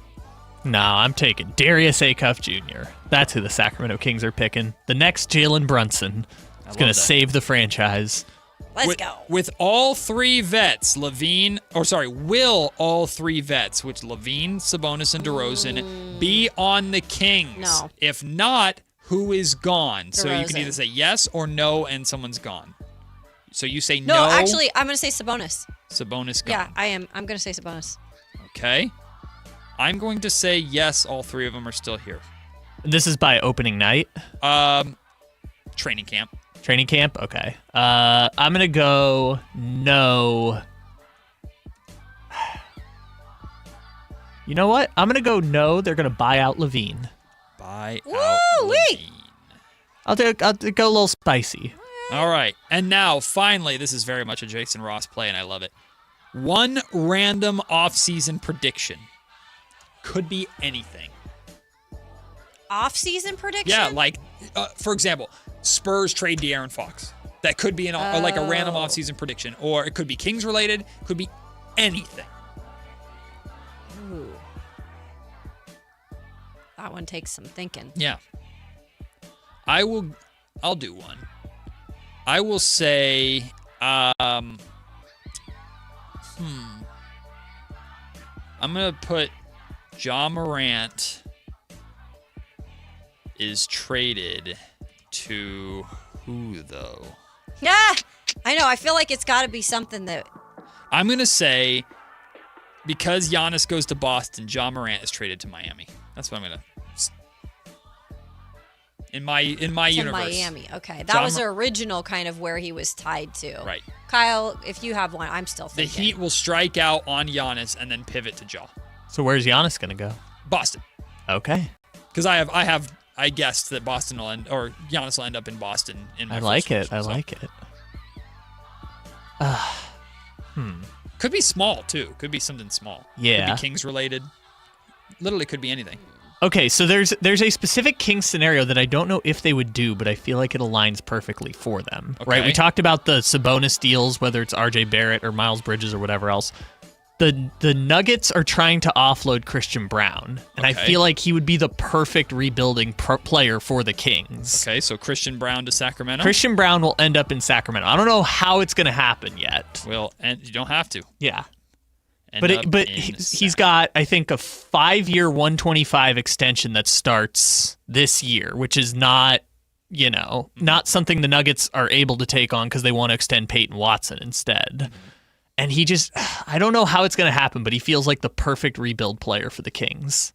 I'll say, just because we're talking about head coaches in the carousel that still goes on in terms of hiring, I'll go Billy Donovan to Portland. Ooh. That would be funny. So the Bulls and the Blazers just switch coaches? Yeah. I like it. Billy Donovan to Portland. So is Portland the last open? Oh, the Maverick. No, but they're going to hire, Sweeney's going to Orlando. So yeah, I guess. Yeah, so Dallas is still in Dallas and Portland are the two openings. Dallas is still vacant. Yeah, we'll talk about what the Chicago Bulls did with their head coaching decision. They hired Tiago Splitter today. We'll talk about that. That always reminds me of Master Splinter of the Ninja Turtles. Tiago Splitter. Master Splinter. Is that in the pizzeria or whatever? Heroes in a Half Master Shell. Splinter was their guy. Their dad, but also their sensei? Yeah, their sensei. But was also their dad? What animal is he? He's a rat. Of course. He's a mutant rat. He's a rat. Of course. And he's very, good. He's not in great shape, I should say, but he still has moves. Jesus, why are you doing Master Splinter dirty? He's not in great shape. He looks a little worn down, but he can still He's fight. like, he looks like he's 60. Well, he's got that long. But beard hair. By the way, Kayla Anderson successfully bullied me on Friday into bringing the lyrics game back this week. The lyrics, the lyrics game. But it I can't paused. be. Wait, when are we bringing it back, though? Can't be Friday. Well, no, it's going to be like Wednesday or Thursday. Oh, make it Wednesday so we can have something to look forward to midweek. Do it Wednesday. What else would you like, my liege? Anything else I can do for you? No, that'll about do it for All now. right. I paused preparing for Dungeons and Dragons so I could make this stupid lyric Oh, game. So that Kayla was came nice back. of you. Yeah. That'll Put be my fun. life on hold for Kayla. Woo, I gotta get some stuff prepared. I'm not going to tell you how it's going to go, but it's going to be fun. Oh, It's boy. going to be different from the first round, I'll tell you that. All right. We'll take the break. When we come back, another great thing to do this weekend was watch the freaking World Cup. Oh, there's been so much fun happening around United States, Canada, and Mexico with this World Cup so far. It's off to a great start. I got my World Cup date coming up next. It's Matt and Kayla on Sactown Sports. The top young talent in the NBA is headed to Sacramento this summer for the 8th annual California Classic presented by Ticketmaster. The Kings will host the Milwaukee Bucks, Brooklyn Nets, and Golden State Warriors in a preseason showcase that's sure to bring more fireworks to your 4th of July weekend. 3-day general admission passes for July 4th, 5th, and 6th are available now. Visit kings.com/California Classic for details. Your exclusive home for Kings basketball. Sactown Sports 1140. Capital Casino is conveniently located in downtown, 411 16th Street, and has been a part of the greater Sacramento area for over 20 years. They offer the best variety of games in the region in a safe and friendly environment, and there's plenty of parking, all well lit and monitored by security. Come have a great meal at the cafe and restaurant inside. Capital Casino has the best food, the best service, and the best action. But please always remember to gamble responsibly. 1-800-GAMBLER. And we're live from the living room as Doug eyes up the matchday spread. He's reaching for the buffalo wing. Perfect. Hang on, what's this? Oh, he's gone for a can of Pepsi too. Incredible. What a finish. Sensational combination. Look at the delight on his face. There's no doubt about it. It just tastes better. Match days deserve Pepsi. Food deserves Pepsi. Grab a pack of Pepsi Zero Sugar for today's match. It's poetry in motion. Make this summer all about you. Join Stretch Zone for your summer self-care challenge, helping you prioritize you. Free fitness clubs, recovery sessions, relaxation events, plus at-home challenges you can do anywhere, anytime. Whether you're dealing with everyday aches, stiffnesses from the office, or just want to move and feel better, this challenge was made for you. And the best part, you could win 60 days of free stretches. Sign up today at norcal-stretch.com. Do it for you. Do it today at norcal-stretch.com. Join Sactown Sports 1140 and Super Taco on June 17th at 1 p.m. for the ultimate soccer viewing party. Cheer on England or Croatia. Score team jerseys and prizes. Enjoy great food and wear your colors. Super Taco on Franklin Boulevard, June 17th at 1 p.m. Don't miss it. At Big O, we are your home for all things tires and prices to fit your wallet. Now through July 5th, get $100 instant savings on 4 select in-stock Nitto, Toyo, and Cooper brand tires with installation purchase. Disposal fees extra, not go with other offers. See Big O dealer for pricing. The Steel City comes to town as the A's host the Pittsburgh Pirates for a thrilling 3-game series starting Monday, June 15th. Kick off the week with an exciting Monday matchup, followed by special theme nights and exclusive ballpark giveaways all midweek long. Don't miss your chance to catch rare interleague action right here in Sacramento, where the A's take on the Pittsburgh Pirates starting Monday, June 15th. Get tickets now at athletics.com/tickets. That's athletics.com/tickets. With 25 award-winning years in Northern California, Ashton & Price is your local injury law firm. Pro attorney tip: if a firm presents as local but they're in LA, red flag. If your first consultation is not with a lawyer, big red flag. At Ashton & Price, your first consult is with a local attorney, and if serious injury prevents travel, a lawyer will come to you. Still not enough? George Washington's my uncle. At Ashton & Price, no red flags, just red, white, and blue. Remember, for the best advice, don't think twice. Call Ashton & Price. Skeeter here, my card. Field Tech, Sacramento Yellow Mosquito and Vector Control District. I never met a Culex terrasalis I didn't want to smack. That's Latin for mosquito. Hey, it's time again to fight the bite. Time to protect yourself from West Nile virus by applying insect repellent. Once a week, drain stagnant water and report dirty green swimming pools. Ew. They're breeding grounds. The Sacramento Yellow Mosquito and Vector Control District reminds you it's time to fight the bite. My card never gets old. For more information or to report report problems, go to fightthebite.net. It's time for your Sactown Soccer Report. Powered by Sac Yolo Mosquito and Vector Control District. This week's key matches include Belgium versus Egypt, Austria versus Jordan, England versus Croatia, Czechia versus South Africa, USA versus Australia, Netherlands versus Sweden, and Spain versus Saudi Arabia. In soccer, defense wins championships. At home, defense stops mosquitoes. Train standing water. That's your backline. Dress with sleeves and defend with repellent. That's your keeper. Keep your doors and screens tight. That's your shutout. Sac Yolo Mosquito and Vector Control District. More tips at fightthebite.net.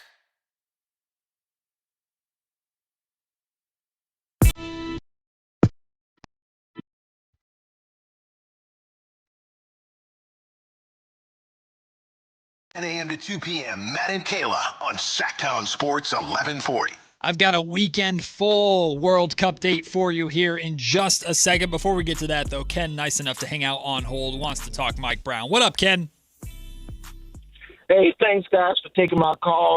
I wanted to I wanted to congratulate Mike Brown for winning the NBA championship. It kills me that we in Sacramento have watched two coaches leave our organization and go win championships elsewhere.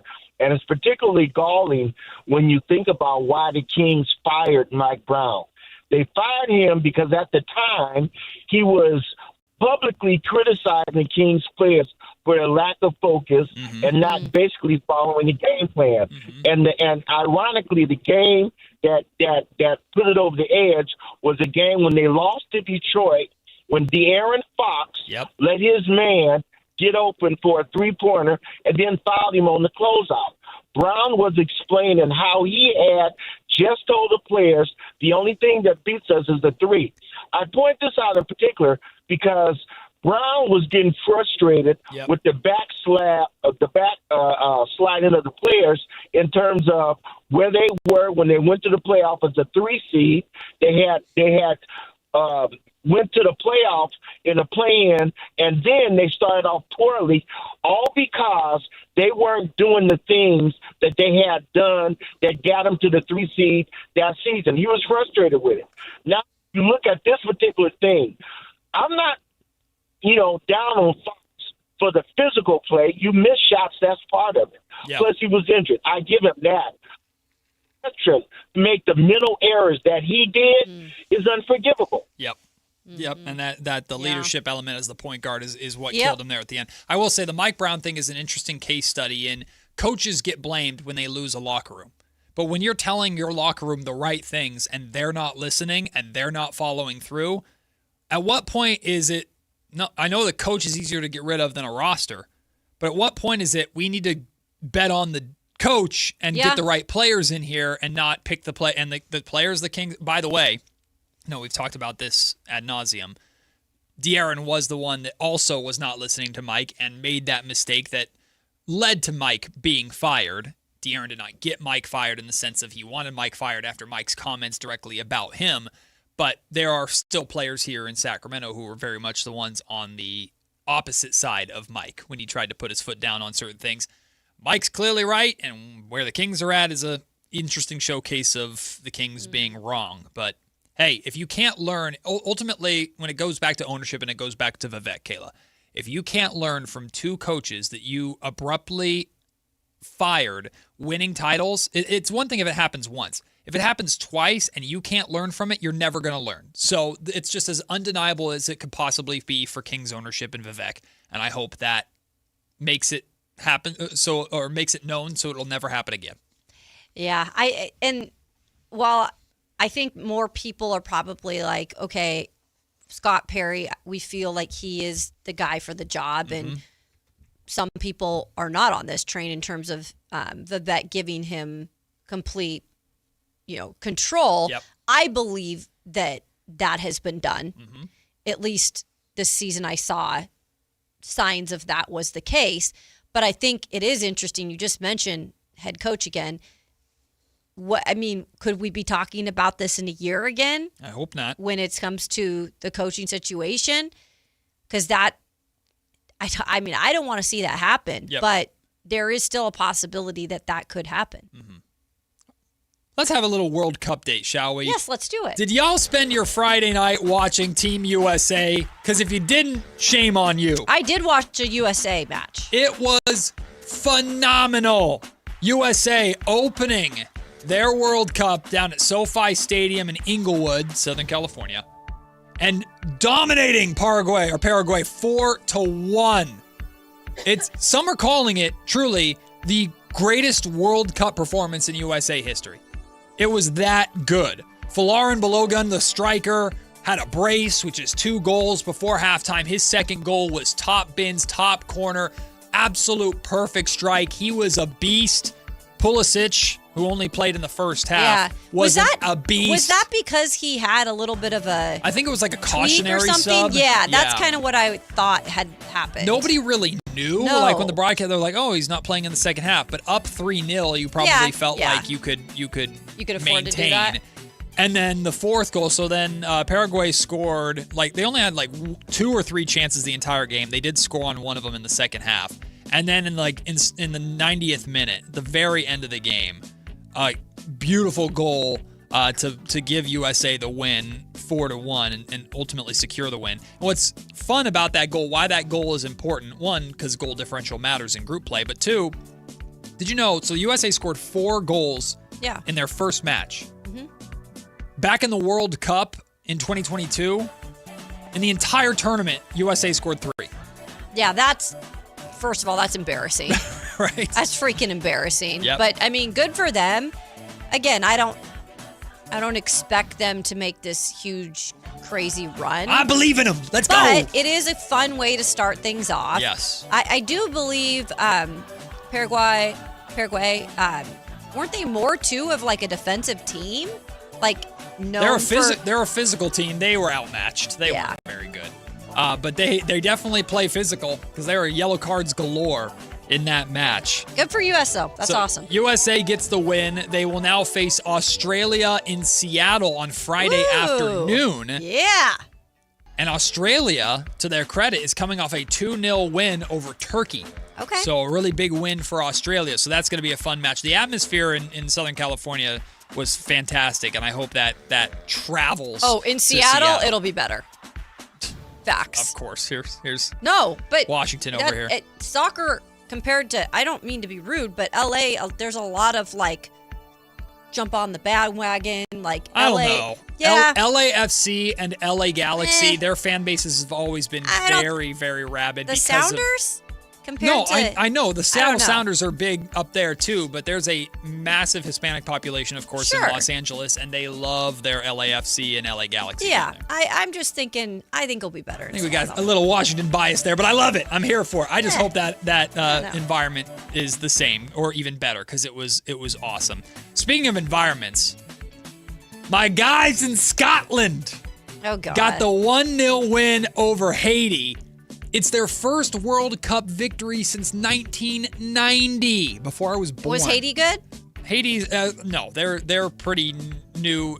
We don't hear you. Your mic was not on. This is their first World Cup ever. Yeah. Oh, so it is Haiti's. Okay. They're new to the mix. Wait, in Scotland, you said they're back for the first time? Well, no, this is their first World Cup win since 1990. Oh, okay. And they scored their first World Cup goal since, I want to say, 98? Got it. If I'm not mistaken. So, but they haven't been in the World Cup in a minute. And you can see by how Scotland's fan base is traveling how much it means to them. I'll talk about that a little bit more in a second. One of the shocking results over the weekend was Brazil drawing with Morocco. But that's surprising. Brazil not having the success that they were looking for right out the gate. But they got beat, or in a good way for them, I guess. The more shocking result actually just happened. We'll get to that in a second. Germany. See what Germany did to Curacao this weekend? 7-1. The final score. Germany was dominant. Little Curacao. Now, here's the cool thing about Curacao, though. So Germany takes a 1-0 lead. Curacao scores their first ever World Cup goal to draw it at 1-1. So it was a huge moment, really cool celebration. And then Germany said, all right, we're done playing. Yeah, around. then Germany's like, now we're going to take out everything and on then you. Germany, went 6 goals later. Went insane. Today, Spain and Cape Verde already ended, and Spain didn't score. Now, they didn't lose. It was a draw, a 0-0 draw. But Spain, they're largely considered the favorites to win the World Cup. Not scoring in their first match, their opener, is pretty surprising, and I know has some people a little concerned or worried for Spain. Belgium versus Egypt is about to begin in 20 minutes. Big match there. Looking forward to that. Also, we saw this in the USA World Cup game match on Friday, and I know a lot of NBA fans had fun with it. You know, they do VAR, which is their review system for like goals and offsides and stuff like that. They have VAR for flopping. If you flop, they'll look at it and change it. Oh my gosh. And they did that against Paraguay. Someone flopped to get a call. Funny. So they did a VAR, overturned the call, and rescinded the yellow card that was given to, I don't remember which USA player it was, who got a yellow card because the player flopped. They rescinded it and gave the yellow card to the flopper. So FIFA can get this right. Okay. The NBA can't fix flopping. We don't have a review system for flopping. They need to bring it on in. So NBA fans are having fun with that. We'll wrap up with this. I hope you guys have seen the videos all over social media of these different fan bases from different countries who have come in and are just joyfully taking over. Mm-hmm. And not like, obviously I have Scottish roots, so I've been following Scotland, but there's videos everywhere of all the Scottish soccer fans going to Fenway Park for a Boston Red Sox game yesterday and just completely that was crazy. And just taking over, right? And how much fun the Red Sox fans had interacting with the Scottish fans who were just there to try hot dogs and watch baseball. They had no clue what was going on. Say you went to Fenway, yeah. Exactly. And they just like they march into every match, they marched into Fenway Park with the bagpipes and the drums. It's cool. It's special. It's fun. And this is not a political commentary or anything like that. So take your politics and do whatever you want with it, but that's not what I'm doing here. I think this is something that we need right now. Is all these different fans from all these different nations coming in and we're sharing our culture with them. They're sharing their culture with us, and everybody's just kind of bonding and celebrating and enjoying the World Cup. Yeah, I read something where like some of these fans from other countries are like trying like I don't know, just crap food for the first time. Yes, our food for the first time. And they're like, wait, what is this? There was a whole like a Scottish, I guess, YouTuber went viral for trying like true Texas barbecue for the first time, and he was like, "This is the greatest thing ever." But yes, I think a lot of them are understanding our cuisine a little bit better here. There was also a video of Scottish people, if you can understand them, but they curse a lot, trying seltzers for the first time, and just like, this is, this is crap. Yes, it was hilarious. I love the World Cup, and I love what's happening right now, and to see all those videos. We'll take a break. When we come back, we'll pick a side next, including Matt Hasselbeck saying you don't have to play to be developed as a young player in the NFL. We'll talk about that and more when we return. It's Matt and Kayla on Sactown Sports. The top young talent in the NBA is headed to Sacramento this summer for the 8th annual California Classic presented by Ticketmaster. The Kings will host the Milwaukee Bucks, Brooklyn Nets, and Golden State Warriors in a preseason showcase that's sure to bring more fireworks to your 4th of July weekend. 3-day general admission passes for July 4th, 5th, and 6th are available now. Visit kings.com/California Classic for details. Your exclusive home for Kings basketball. Sactown Sports 1140. Meet Matthew Preston. Inside his apartment, everything he holds dear is protected by Progressive's Renter's Insurance, like his laptop and a surprisingly valuable collection of baseball bobbleheads. Outside his apartment, his laptop is still protected, as are his bobbleheads, which he carries around with him for reasons no one knows. Renters, the limits of protection aren't just the four walls of your home. When you're in Progressive's Protection Zone, get a quote at Progressive.com. Progressive Casualty Insurance Company, affiliates, and third-party insurers. This is the story of the one. As a maintenance engineer at a beverage manufacturing plant, he starts his day knowing every line is ready to run because Grainger delivers the industrial-grade products he needs to keep mixers, conveyors, and packaging equipment moving. With Grainger's vast selection of bearings, belts, and motors, he keeps operations running smoothly, so nothing grinds to a halt. Call 1-800-GRAINGER, click Grainger.com, or just stop by. Grainger, for the ones who get it done.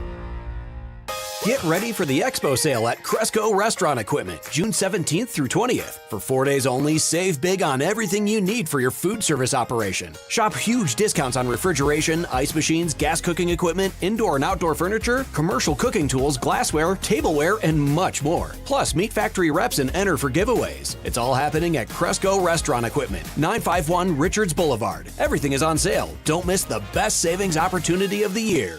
Today on the pod, we're talking to Joan, a method actor and scratchers enthusiast. So, Joan, what do you like about playing scratchers? Well, as a method actor, it's about becoming the ticket. Scratching up, down, stage left, stage right. So what's your motivation? Because your performance feels so real. Oh, I was just tapping into my inner scratchers. Incredible. Yes. Bravo me. Scratchers from the California Lottery. A little play can make your day. Please play responsibly. Must be 18 years or older to purchase player claim. Did you really think Pure Talk was just going to sit back and watch America turn 250 years old without doing something awesome to celebrate? Of course not. That's why they're raising $250,000 for America's Warrior Partnership by the end of July. America's Warrior Partnership is on the front line of preventing veteran suicide. They've had extraordinary success, and here's how you can help. When you switch your cell phone service to Pure Talk this month, you'll be invited to round up to support America's Warrior Partnership. No pressure, but if you do, Pure Talk will match your donation dollar for dollar. And to further celebrate 250 years of our extraordinary democratic republic, Pure Talk is offering unlimited talk, text, and data for just $34.99 a month. Dial pound 250, say Mike Rowe. That's pound 250, say Mike Rowe. And happy birthday to us. Hi, this is Adam Johnson, owner of Golf Fitness Solutions. Exercise and golf have been two important activities in my life. I opened Golf Fitness Solutions in 2013 to help my fellow golf enthusiasts improve their posture, relieve their pain, gain strength and endurance, and most importantly, hit the ball farther. From beginners to professionals, I've had success working with all ages and all skill levels, and I can help you too. Located in Carmichael, call us at 916-802-5175 or go to golffitnesssolutions.com. What's up? We're talking to Chad Hoblet of Hoblet Dodge Chrysler Jeep Ram and Woodland. Chad, I got a question. What's happening for Chryslers Make This the summer event? Right now, you can save up to $14,000 off MSRP on those hard-to-find new 2026 Ram 2500 and 3500 heavy duties. Plus, you can take advantage of available 5.9% for 84 months financing with no payments for 90 days on select inventory. Chad, you've always got the best selection of Rams and now the best interest rates. We are truck people at Hoblet. That's why we have over 600 new Rams available. And more importantly, the hard-to-find Rams you're looking for.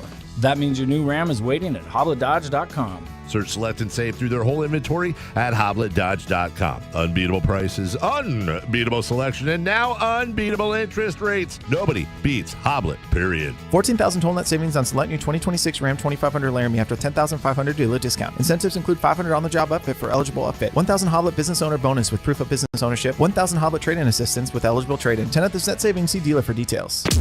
Pick a side, any side. It's time for Pick a Side on Matt and Kayla.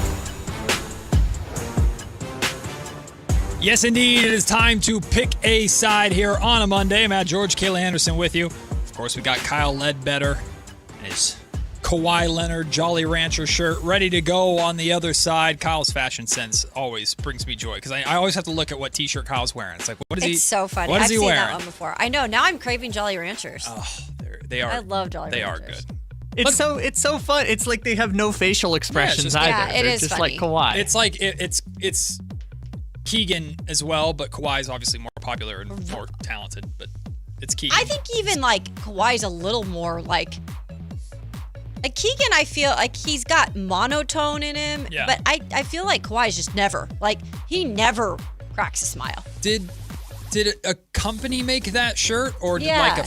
Yeah, this is his official New Balance line. Okay. Is it? Because Yes. the King's Herald famously made a Reese's Pieces shirt with about Tyrese Halliburton Yeah. when he was here, and that got shut down pretty quickly. But those were cool shirts. Yes, this is. I think Tyrese bought one. This is his official merch. That's why they're allowed to use the Jolly Rancher logos. That's and stuff funny. like that. I love it. Good marketing. All right, pick a side number one. My favorite player forever. Pick a side number one. Matt Hasselbeck is talking about developing young quarterbacks in the NFL. You can coach people at practice, like you're allowed to.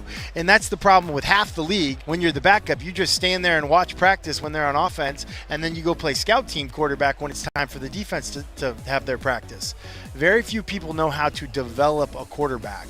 And you need to develop a quarterback as you're winning games, whether that's the young quarterback playing or, like in Drake May's case, Jacoby Brissett starting the first 6 games of the year last year while Drake May is learning how to be a pro. They're protecting him in a way, and they're protecting the team to have the success that they're finally having this year. All right, yes or no, is he right? Yeah, and we had this discussion a little bit when we heard that Mendoza was probably going to sit to start the season. And I know you want to see him as soon as you can. To be fair, I get that. Yes, I am impatient, but at the time we were talking about him playing behind Geno, not Kirk Cousins. Right. Now that Kirk Cousins is here, it's a little bit of a different And story. look, it makes a difference too when you have a plan, which they had a plan. Mm-hmm. Aaron Rodgers, when Aaron Rodgers was there and they drafted Jordan Love, they had a plan. Although it wasn't always popular for the starter. You know, Matthew Stafford, as much as I'm hating on this Ty Simpson thing right now, maybe they have a plan, you know, where these young guys can sit for a minute. Yep. And like, by the way, I love Matt Hasselbeck. They can sit and then they can actually learn things and not feel the pressure. And also, a lot of these guys are going to really bad teams, these quarterbacks that are drafted high, and their confidence is shaken day one.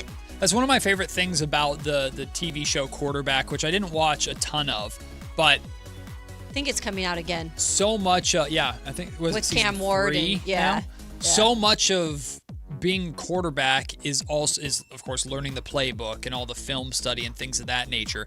But it's also like, I feel like where Fernando Mendoza is going to learn so much in those first few weeks is wearing the earpiece, watching Kirk Cousins run the offense, whether it's good or bad or whatever, and they come out of the game and Kirk and Fernando and quarterback's coach are sitting together and talking their way through it. Like that's where Fernando's going to learn so much too, and that's the thing that you don't have to put the accelerator or press the fast forward button and put an acceleration on that. Just let it happen organically. Let it happen naturally. I agree 100% with Matt Hasselbeck. That being said, I'm very excited to see Fernando play, but I don't want Fernando to come out, throw 6 interceptions, and get killed because his offensive line isn't very good. When the time's right, he will be in that game. Yep. For sure. He said like half the league. I think it's straight up like 3/4 of the league does not care about developing quarterbacks. They just, and now the new model is we'll just let someone else develop our quarterback and we'll take it, which is insane.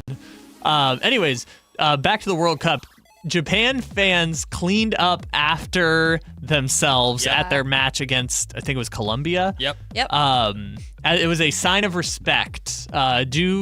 Should they start doing this in the U.S.? Well, this is very common for Japan. Japan always does this. They've done this, and it always gets attention during the World Cup. I don't know if it's a cultural thing. I don't know enough about it, but I do know that Japan does this consistently. So I mean, I think it's good etiquette. Do you think U.S. fans would do it? No. Absolutely not. No. If that was like a thing in soccer where they developed I think some fans do it when they, each make individual decisions based off of what I'm leaving. Like, my wife is the type of person that I'll use a ballpark or go to, like, a movie theater. She will take all of her trash and she will throw it away herself. She won't just leave it there. Yeah. Same thing like at a table on one of those self-serve restaurants. I get what you're saying. Like, she'll pick up her own stuff and throw it away. But in Japan, it seems like it is a expectation. Yeah. It is what you do to clean up, not just after yourself, but those around you, and to leave a place better. Like, it just seems like it's a very cultural thing for them. Sure. USA, it's not that way, and I don't think it'll ever be that way. I'll tell you one thing that probably makes Japan, in terms of their workers that clean up the stadiums and stuff afterwards, either they don't have a lot of them or their jobs are a lot easier because of that. Did you also see Jameis Winston actually helping That's cool. out? I love that. And I know that some people were like, oh, he's doing it for show. Alvin Kamara of the Saints said, no, like, this is literally who Jameis is. Like, he's just that dude. Yeah. He'll just do that to do it. Yeah, I've seen, USA fans have done their own versions of things like this in the past in terms of, like, I remember a couple seasons ago when the Buffalo Bills had that massive snowstorm, you remember, and Bills fans came in to shovel out the stadium so that they could. Cool. Like we've seen stuff like this before, but Japan does this consistently. They've done this at multiple World Cups, and it always is a story because it's cool. You were talking about, or the last segment, the different like cultures that have intertwined. My favorite one from the weekend was people from Japan who were discovering the all-you-can-eat chips at the Mexican restaurant, and they were just chips like, and salsa? yeah, they discovered chips and That's salsa at a Mexican funny. restaurant. That's They were like, but I didn't ask for it, and they're like, it's complimentary, and Oh, so they that's insisted awesome. on eating all of it because that's a cultural thing in Japan. Oh, that's funny. And they brought more chips, and they ate all of them, and they brought more chips, and they ate all of them. I love these stories. I Again, love it. anytime cultures come together to learn and to share and stuff I am a nut for that kind of stuff. Yeah. It just makes me happy to see that kind of coexistence, and that's what the World Cup is supposed to be. Yeah. And I just think it's telling that while there's no disrespect, I didn't watch it because I don't really follow fighting sports that much, but there's this UFC event at the White House, and that's cool. But the World Cup, you're seeing all this coexistence, which I thought was really, really cool. So Yeah, the trying of all the food and stuff, I get a kick out of it. I know we have to go. Do you want to talk really, really quickly about the Hurricanes winning the Stanley Cup? Oh, yeah. Congratulations to the Carolina Hurricanes winning the Stanley Cup, their second Stanley Cup. I think, I picked Vegas to win it all. Obviously, I was rooting for Torts, but congrats to a smaller market being able to get it done because they've been back. They've been in the mix for a minute here, and they've come up short recently. So to get it done, congratulations to them. With Bussy coming in at net in the middle of the whole series. What a move. It's pretty cool. So congrats to Vegas. KCRA3's Sean Cunningham shared earlier today that former Arkansas star Darius Acuff Jr. worked out for the Kings in Sacramento privately last week. Sean joins us next to discuss that, today's public pre-draft workouts, and more. It's all as Matt and Kayla rolls on here on Sactown Sports. Once again, the bright lights of New York are calling. And Alan Stiles is ready to answer. I'm talking to my guy Michael Scotto, and I want to chop cheese. And, if I get my coffee, then I go down to Bodega. I say I need a bagel with lox. Let me get some lox. So, how about those Knicks? Hey, you see Brunson last night? Forget about it. Hey, OG Anunoby, where'd he come from? I don't know, B. I'm in a New York state of mind. Your local sports leader, Sactown Sports 1140. This is the story of the one. As a safety manager at a manufacturing plant, he does everything he can to keep his coworkers safe. From finding ways to reduce risks to keeping safety supplies in stock. And for that, he relies on Grainger. Grainger offers a broad range of quality products and next-day delivery, so he can always play it safe. Call 1-800-GRAINGER, click Grainger.com, or just stop by. Grainger, for the ones who get it done. If you have unfiled taxes or are in debt to the IRS, this is important news. Did you know the IRS has programs specifically designed to help people struggling with tax debt? Powerful tax assistance programs that can save you thousands if you qualify. No one knows these programs better than the experts at Optima Tax Relief, America's most trusted tax resolution firm, A-rated by the Better Business Bureau. Their award-winning tax attorneys and licensed professionals have resolved over $3 billion of tax debt for their clients. One call to Optima can start the process, helping to put an end to your worries about wage garnishment, asset seizure, and other aggressive IRS actions. Find the best options to solve your tax problems. Call the experts at Optima Tax Relief today for a free consultation. Call 800-375-2922. 800-375-2922. 800-375-2922. Optima Tax Relief. Some restrictions apply. For complete details, please visit OptimaTaxRelief.com. Make this summer all about you. Join Stretch Zone for your summer self-care challenge, helping you prioritize you. Free fitness clubs, recovery sessions, relaxation events, plus at-home challenges you can do anywhere, anytime. Whether you're dealing with everyday aches, stiffnesses from the office, or just want to move and feel better, this challenge was made for you. And the best part, you could win 60 days of free stretches. Sign up today at NorCal-Stretch.com. Do it for you. Do it today at NorCal-Stretch.com. Mike Rowe here with another random fact. Those cracks on your walls aren't just cosmetic. they could mean your home is sinking. Whether it's drywall cracks, exterior cracks, or sticking doors or windows, do yourself a favor, call Groundworks. I spent some time working with these guys, and they're the real deal. Their people are trained and certified to stabilize your foundation. Schedule a free inspection with Groundworks, the foundation and waterproofing experts. Licensed in all states where work is performed. See website for detail. This is the sound of Jack, buzz cutting his way to a small fortune. To Jack, every time he cuts his own hair, that's $50 right in his pocket. If Jack sees DIY buzz cuts as a saving strategy, Wells Fargo is right behind him. And with their mobile app, tracking his savings is easy. Oh, ouch. However you make money work, we can work with that. Mobile carriers' message and data rates may apply. Wells Fargo Bank, N.A., member FDIC. MoonPay X Games Sacramento 2026 is taking on Cal Expo this summer. Catch live music performances and more than 100 top skate, BMX, and Moto X athletes compete. June 26th through June 28th. Get your tickets now at xgames.com. KHD1 Sacramento, KYMX HD3 Sacramento. From the Power Business Technology Toshiba Studios. Sactown Sports 1140. It's time for the lunch break. Your calls, your thoughts, your segment. Call or text us at 916-339-1140. It's the lunch break on Matt and Kayla. KCRA3's Sean Cunningham going to be joining us here in a few minutes. He's still wrapping things up from pre-draft workouts today inside the Golden One Center, the Kings practice facility. Quick. I think people are confused. Like they think like, how does Acuff come in here with no one seeing him? I don't think why. I mean, because he wasn't. It wasn't public. They put him in a robe and a hood. He's a hooded figure that just wanders down the street. No, like private workouts are a thing. Some teams will have public workouts to where then they will, like the media will be able to watch, and then there will be media availability afterwards. Others have just meetings, and a player can either just meet or can agree to do a workout for the team, which is what sounds like Darius Acuff Jr. did. Again, Sean is going to be joining us soon and will hopefully provide a little more context on this private workout that Darius Acuff Jr. did.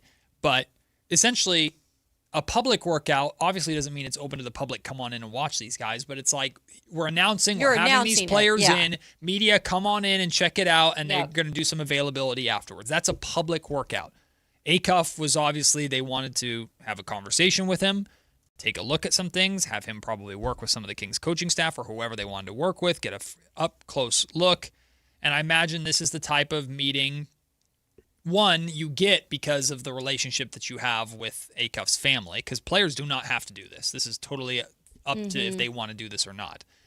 But two, if you're the Kings, this is the type of meeting and a type of workout that could decide, okay, you know what, I'm willing to use an asset to move up to make sure I get this guy. Like that, these meetings can be the deciding factor on that. Although we haven't talked about this yet today, and we're going to talk about this in the next segment, but Jeremy Woo from ESPN put out his latest mock draft and mentioned in there that the Kings might not be moving up at all, that they might be totally content with staying where they're at and drafting whoever falls.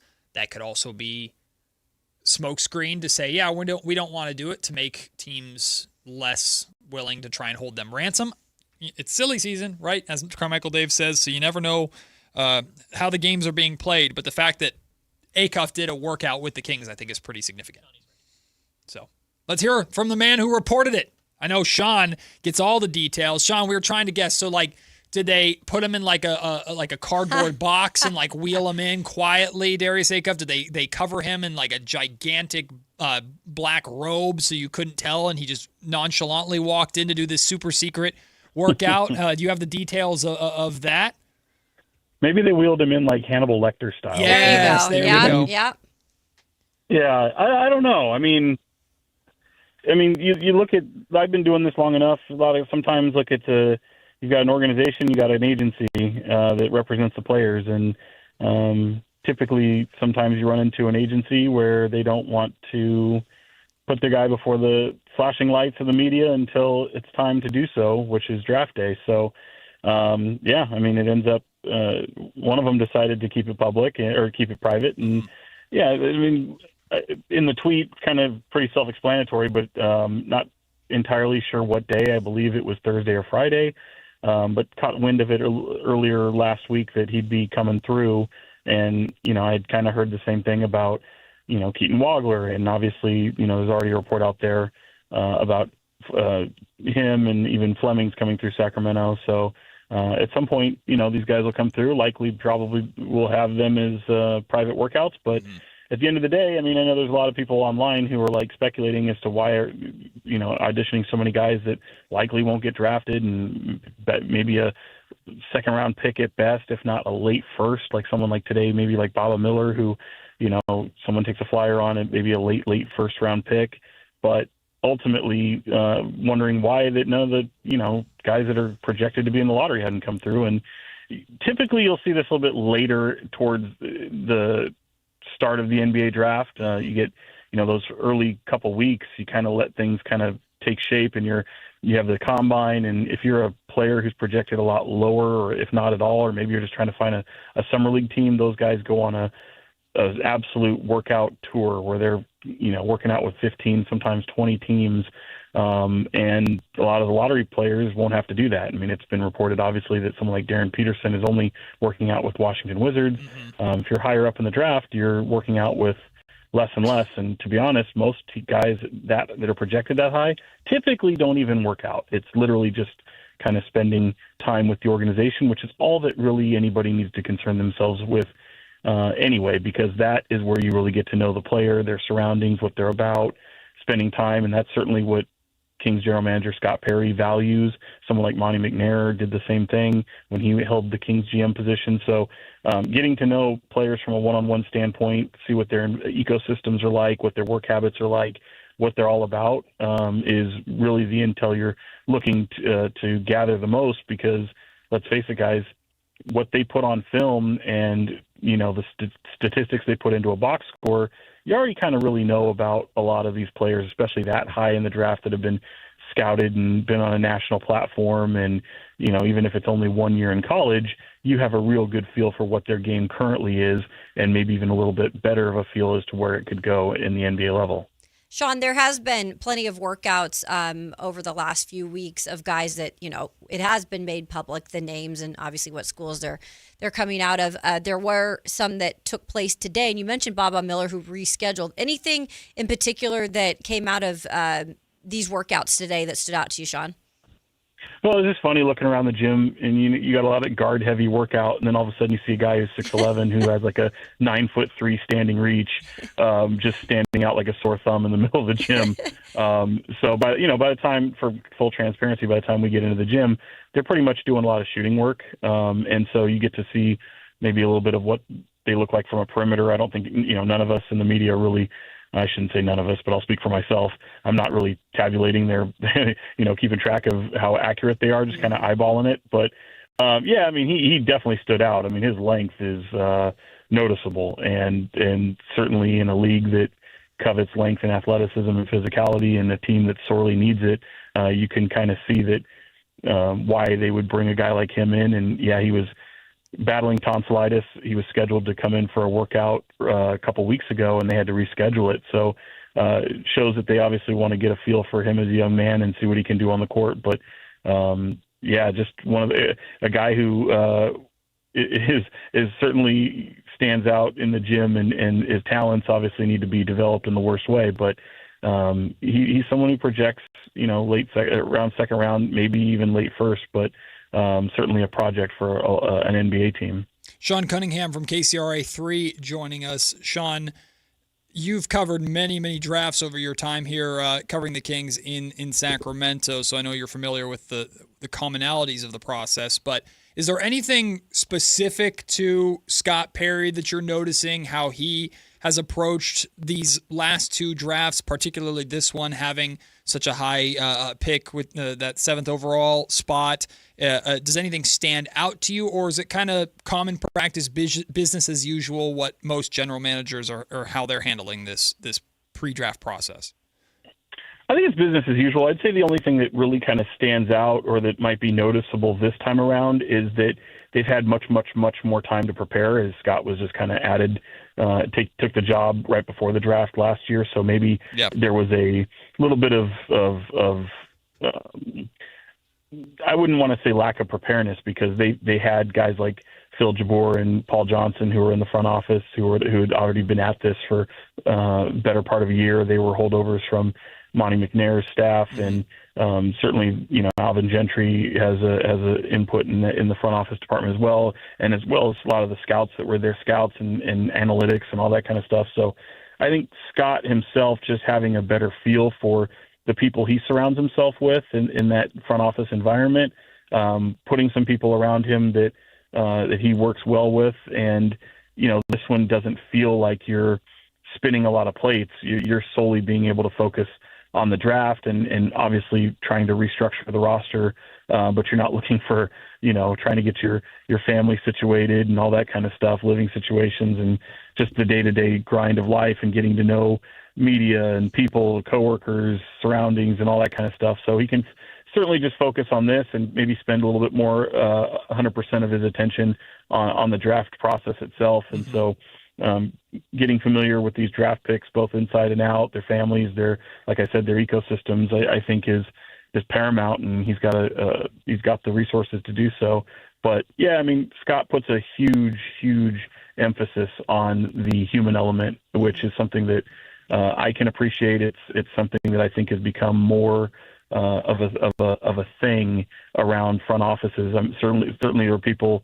One of the guys that just jumps to the forefront of my mind, Pat Williams, the late Pat Williams, who was so great with the Orlando Magic, dating back to even before Shaquille O'Neal, and he was somebody who always made the point and emphasis of really getting to know the player as a person, as a human being, what kind of character they are, and almost putting that just as much, if not more, of a priority in front of their basketball abilities. And that I think you're seeing more and more of that. I think Bob Myers from the Warriors did a great job of doing that. I think Larry Riley from the Warriors, even before that, and the Bucks before that, these guys that have done that, and certainly these are people that have had great success at the NBA level in doing so. So I think you start to see more of that. Doesn't mean that it's going to get you the best player or anything like that, but it very much factors into the equation and the calculus of evaluating a player. Sean, I don't know if you saw the clip with Darius Acuff and Draymond Green last week that came out about kind of Acuff responding to a question about the defense. And I think a lot of people were not happy with the response that Acuff gave, but I think some people are looking at it in a different way. Like, I don't know. There's like two different narratives out there. Did you see that clip? Yeah, I did. I saw the full interview too. Okay. Which What I was would your take? encourage people. Yeah, my take is I admire the honesty, to be honest. That's all you can really ask for when you're talking to anybody in an interview setting. You want honesty, and I'm glad he didn't cookie cutter it. He talked about the environment in which he played in and the mindset and the role in which he played for that team. Yep. I think it's very much similar maybe in a little bit of a different way, but it's a similarity that you can do here in Sacramento with the role that Maxime Reynaud played for Stanford before coming to Sacramento. His coach wanting to keep him out of foul trouble, his coach wanting to, not him serving a different purpose for that team than he ultimately will in Sacramento. So, I'm not a person that thinks that somebody with a work ethic like Darius Acuff could be just an absolute abomination when it comes to defense, but clearly the tape speaks for itself. So I just remind people all the time that's an 18, 19-year-old kid that played 1 year of college. So kind of defining anybody by an answer he gives in an interview or what he put on tape and then saying that's the type of player he'll be. Just you have to keep an open mind. And to me, I think the most refreshing thing, as I said earlier, is just the honesty in which he answered the question. Sean, you and I both had the privilege of being able to cover Mike Brown's short time here in Sacramento, and I've spoken a lot over the last handful of weeks about just the impression that he left on me, just in terms of like the personality that he has. You have an article that Sam Amick wrote for The Athletic that illustrates how important his personality was to the success that they found in New York, and a lot of like Josh Hart talked about it, Rick Brunson talked about it. But I wanted to ask you specifically, in addition to your thoughts on Mike winning the title, you and I both reacted in a pretty similar way to seeing the video of De'Aaron Fox and Mike Brown embracing each other after in the tunnel after the Knicks won the title this weekend. You talked about how much you enjoyed seeing the two of them. We know the relationship that they established when together in Sacramento. What did you make of their dynamic in these finals, and then ultimately Mike Brown finally getting the job done as a head coach? Yeah, thrilled for Mike. I mean, from a mentality and a human characteristic standpoint, somebody like Tom Thibodeau, who took that team deep into the NBA playoffs last year, almost took them to the finals, and then Mike Brown, characteristically, you might find two polar opposites, but from a structure and OCD standpoint, very much on par with what they do. It was something I kind of snickered at, which was, you're going to fire Tom Thibodeau, but you're going to hire Mike Brown? Because like usually when you go from somebody, a head coach, you want something that's like something completely different, like a whole different meal, if you will, or a whole different strategy, if you will, just a total polar opposite. And honestly, that's a guy who loves practice, who runs his guys into the ground in Tom Thibodeau. And Mike Brown has some of the same narratives that surround his career as a head coach. And so, I think it ended up being brilliant, obviously winning the championship. But had they not won the championship, I still think it was brilliant because you kept an environment similar to one that Tom Thibodeau had already laid. And then you factor in the human characteristics that Mike Brown brings of being kind of a player coach. And you can see it demonstrated there in, De'Aaron Fox showing his respect to him after the game as two guys who really went through an odd, chaotic, dramatic time in Sacramento. But obviously that player-coach relationship remains strong. Mike is corny. Mike is very personable, and he's unabashedly himself. And I think it really worked with this team. And I'd take it a step further and say, I don't think Mike Brown was fired because anybody disrespected his coaching acumen or being a good coach. Like, I don't think that was ever in doubt, even from a Kings standpoint. I think they just felt the need to make a change, similar to what the Knicks did in making a change. Obviously, that hasn't worked for the Sacramento Kings, and certainly it worked for the Knicks. But I think why it works for Mike Brown and the Knicks is he has a very, very veteran-laden team that understands what it takes to reach that type of level, and then what it takes to hold on to that success and be able to play with a lead and be able to bring a physicality, defend without fouling. And these are all things that Mike Brown harps on.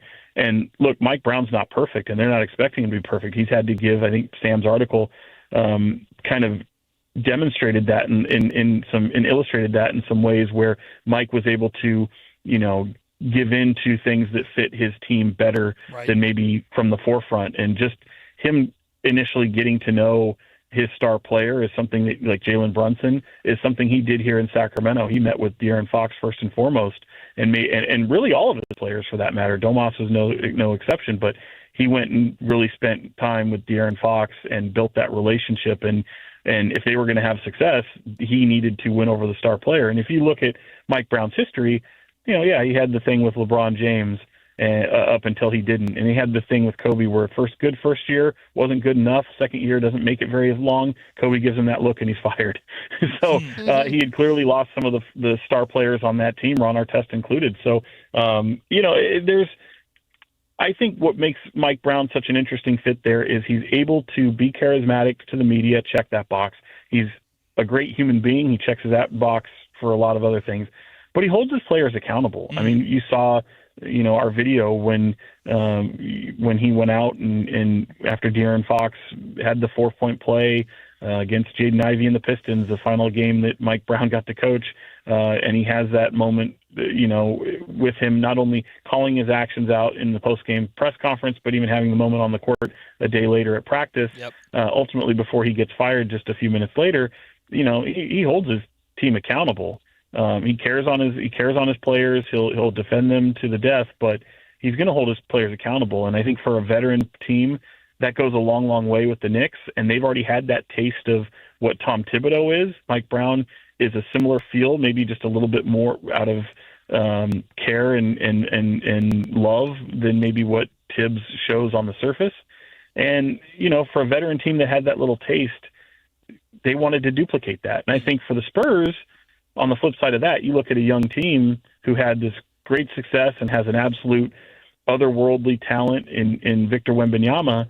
But I think the thing that just leaps off the page when it comes to the Spurs in the postseason, but really in that finals, is their inability to play with a lead and seeing guys really ultimately struggle. Like, I know it's a long-winded way of answering the question, but obviously De'Aaron Fox had his struggles. Obviously Mitch Johnson, you can critique a lot of the things that he does in that series, and rightfully so.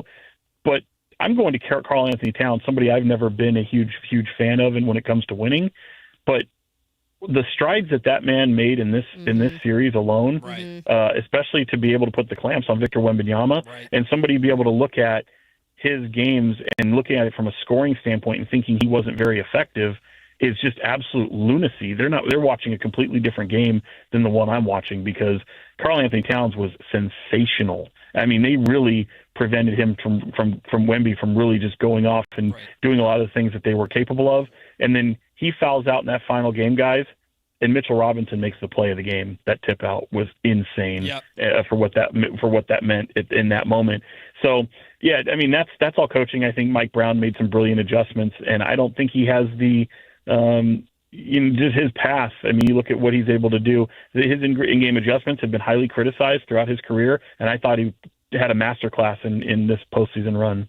When it comes to Fox, now we all know what happened with the ankle injury in the playoffs and all of that stuff. But when it comes down to it, what do you feel like was the issue with Fox, especially in this series when it really did matter the most in that fourth quarter and we didn't see him kind of rise to the occasion?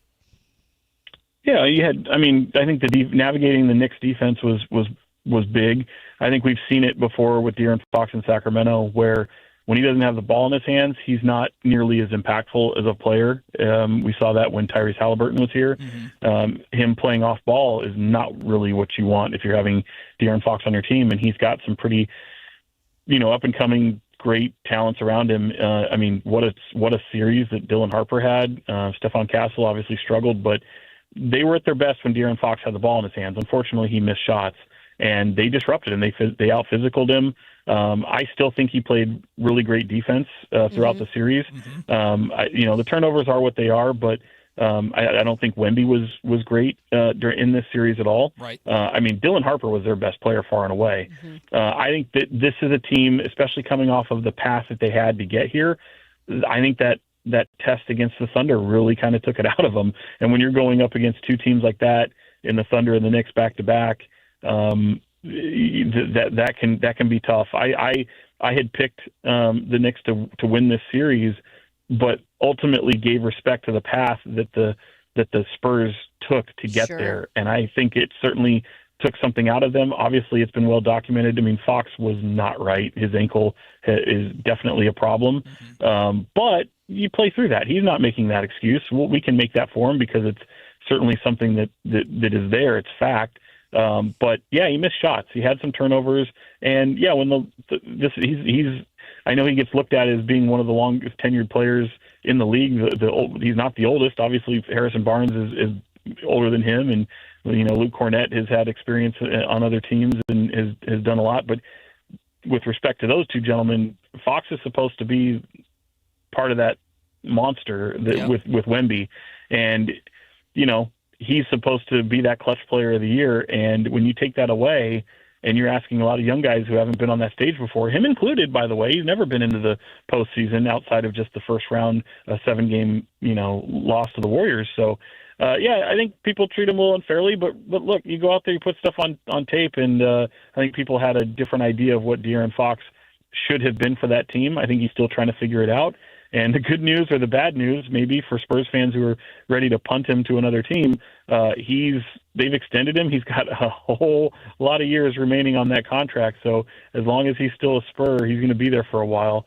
He'll have time to figure it out. But I think it's just a team that, to get that deep into the run, they may have hit the gas tank was on E a little bit, I felt.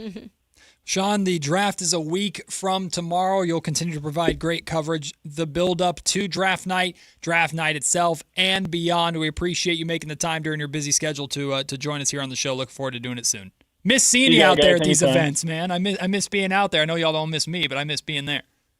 Yeah, so what's up with that? You just get you can't come out to A's games? You can't come out to show your face? What's all that about? Listen, my mom's calling. Hold on, sorry, I gotta go. Okay. Thanks, Sean. I'll see you out there at the draft, my friend. Well, not in New York, but you know what I mean.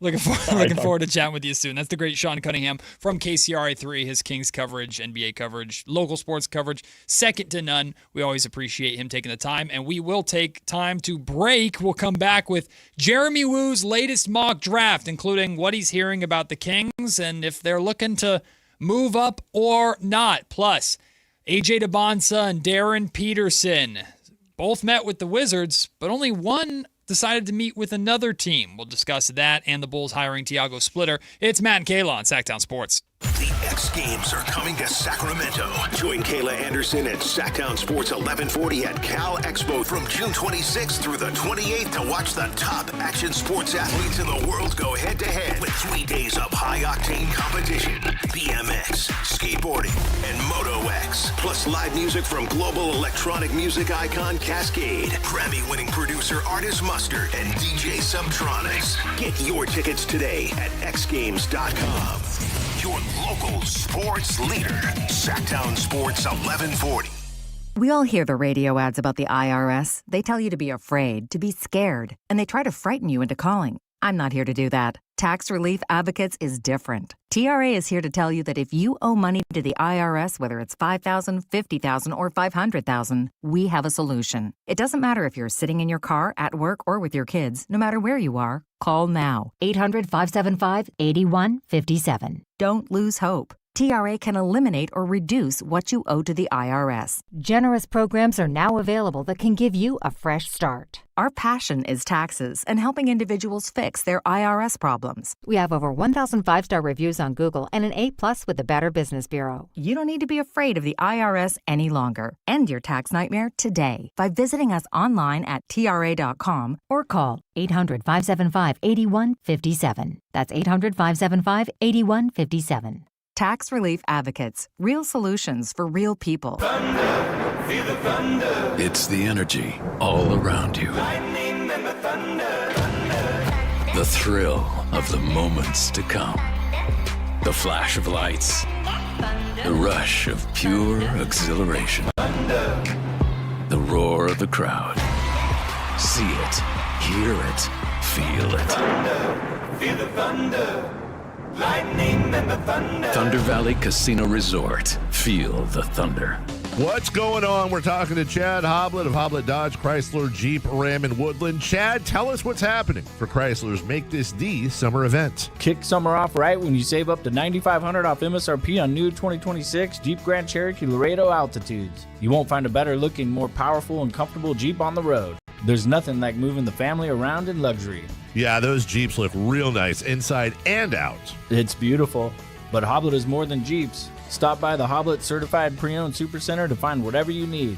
With nearly 200 vehicles available and 115 under $30,000, Hoblet needs to be your first stop. Search, select, and save through their whole inventory at HobletDodge.com. Unbeatable prices, unbeatable selection. Nobody beats Hoblet, period. $9,500 toll net savings on select new 2026 Jeep Grand Cherokee Laredo Altitude. Up to $5,500 factory incentive and $4,000 dealer discount. Incentives include $1,000 Hoblet trade-in assistance with eligible trade-in and $2,000 Make This the Summer event retail cash.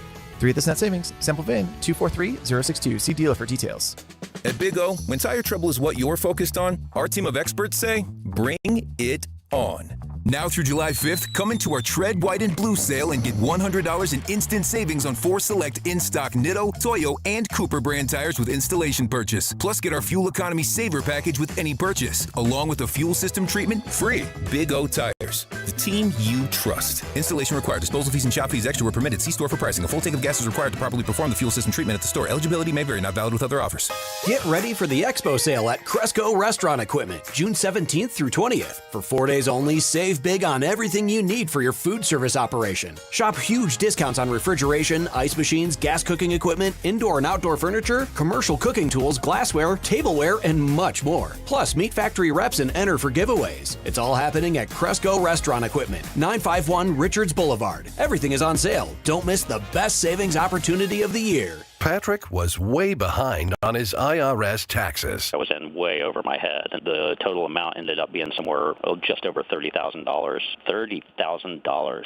Then the IRS came to collect. Started getting letter after letter. A lien had been filed against me. They were going to basically hang me completely out to dry. He had to do something. That's when I reached out to Optima Tax Relief. Patrick's life quickly got a lot easier. It was very easy, pretty much hands off. They picked up the ball and ran with it. And how'd it go? I couldn't believe it. I had to ask 2 or 3 times. I saved an incredible amount of money. How does Patrick feel about Optima? Couldn't be happier. They definitely helped me. Optima Tax Relief, the best place to call. They're the best in the business. Do what Patrick did and call Optima Tax Relief for a free consultation. Call 800-375-2922. 800-375-2922. 800-375-2922. Optima Tax Relief. Testimonial from an actual client. Some restrictions apply. For complete details, please visit OptimaTaxRelief.com.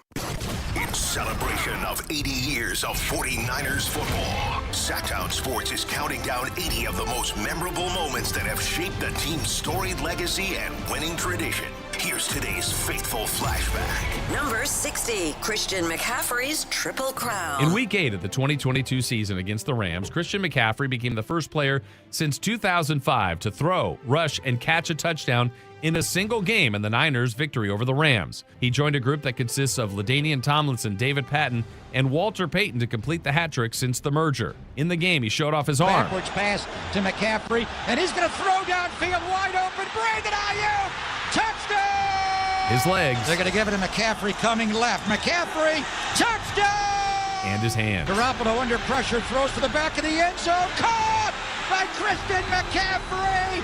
CMC! Dynamite!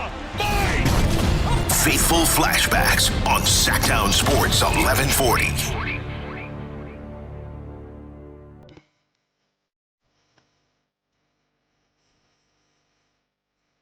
Matt and Kayla on Sactown Sports 1140.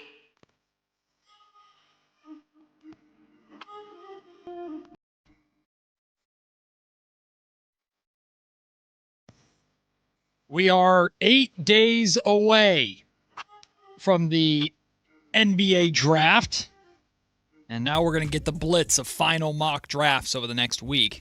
Oh, boy. Here we go. One of the most recent mock drafts to drop was Jeremy Woo's from ESPN. Jeremy Woo is a phenomenal. Woo! He does a phenomenal job covering the draft over there. He has A.J. Debonsa going number 1 overall to the Wizards. Darren Peterson, number 2 to the Utah Jazz. Cam Boozer, 3 to Memphis. Caleb Wilson, number 4 to Chicago. Keaton Wagler, number 5 to the Clippers. Darius Acuff Jr., number 6 to the Brooklyn Nets. And at number 7, he has Michael Brown Jr. out of Louisville going to the Sacramento Kings. Now, that's part of the importance of this. Okay, we can talk about Michael Brown Jr., but in the explanation of this pick is where the real nugget of this draft lottery, or excuse me, mock draft for the Kings is located. He says, though Acuff is widely believed to be Sacramento's preferred target, the Kings haven't appeared interested in trading up from number 7. Right. I don't know if I believe that, but that could be what he's hearing, of course. They are in the early stages of reshuffling the roster under Scott Perry, and aren't replete, is that a word? I've never heard of that. I haven't either. With extra trade assets. Can we just use a normal word? REPLETE. I've genuinely never heard that word before. I've heard of that before. It just means plentiful. Cool. You're smart. Love you, Jeremy Wu. They have done plenty of work on the other guards in this range, including Brown and Kingston Flemings, and they appear to be comfortable waiting to see which player falls. Yeah. So not surprising. The report from Wu is essentially the Kings are not going to use an asset to move up, or they're not interested in moving up. They're fine with where they're at, and they're just going to take the best player available that falls to them. They're playing it safe / boring, I suppose. I do think there's a very, very good chance that that could happen. I don't know if I fully subscribe to the belief that the Kings aren't interested in moving up. Okay. I believe if they are, I believe they are, although I have not been told directly that they're trying to move up. I do believe they would be interested in doing it if it meant getting their guy, Acuff. If they are, they would want it out there that they're not willing to move up because they don't want to be held ransom. Well, right? sure. Yeah, I mean, that makes sense. Again, this is all about also playing the game, especially in the spot that they're in. Mm-hmm. And we're not going to know until, obviously, draft night when it comes into fruition. Mm-hmm. I'm not going to say that they're not going to trade up. I still think there is a chance. Again, things have to align. Things have to be right. They can't give up a King's ransom for that to happen. Mm-hmm. But if Scott Perry feels like, okay, thank you. If he feels like this is okay, we don't feel like we're giving up everything to go get our guy, then they'll do it. And there's also a good chance, I think it's honestly a 50-50 chance they could do that, or they could just stay where they are and be like, may the guard fall to us that's supposed to be here. Yeah. If the top 6 were to play out like Jeremy Wu is projecting in that mock draft and Acuff is gone, I go back and forth on Michael Brown Jr. or Kingston Flemings. Because Brown Jr. has, I think, more of the upside and the athleticism is there. We haven't heard really anything at all with the back injury. So that makes me want to almost just kind of put that to the side. Mm-hmm. But I'm coming around on Kingston Flemings just as a super well-rounded, solid pick to continue this new era of Kings basketball. I still don't know if I'm fully sold on Kingston Fleming's ability to be the guy. In my opinion, Kingston Flemings is more than likely going to be the Robin, and you still have to find that Batman, however the hell you're going to do that. Mm-hmm. But I don't know where I stand on. I think right now I'm leaning more Kingston Flemings than Michael Brown Jr., and that was not the case 2 weeks ago. Because you were more so on the Michael Brown Jr. Train. I had made it clear that if it's not Acuff, it probably would be Kingston Flemings, and I'll stick with that. Mm-hmm. I think maybe it's because we've seen more of these players throughout the season, and although there's a lot of he could be this guy in Michael Brown Jr., I still don't know if, for me, I haven't seen it yet, so it's hard for me to be like, okay, the back's good, we're going to see all this come into fruition. Mm-hmm. Also on Mikel, I think you have to think about, I think it might take him a little bit more to adjust. Mm-hmm. Because he hasn't played as much hoops in his freshman year. The adjustments, he does have the athletic creativity to make you think that there is a little more unknown with Michael Brown Jr., which is a risk. There's a risk factor to that, but there's also the unknown is enticing. The unknown is interesting. It always is, yeah. And I think Michael Brown Jr. has the potential to be more explosive and flashy and exciting than Kingston Flemings is, which is why some people might lean towards him and use that to project him as higher star potential than Kingston Flemings. But for a team that just needs a hit, I mean, they need more than a hit, but they hopefully are walking out of the box bare minimum with a single. Mm-hmm. Kingston Flemings might just be the right pick if Darius Acuff Jr. isn't there.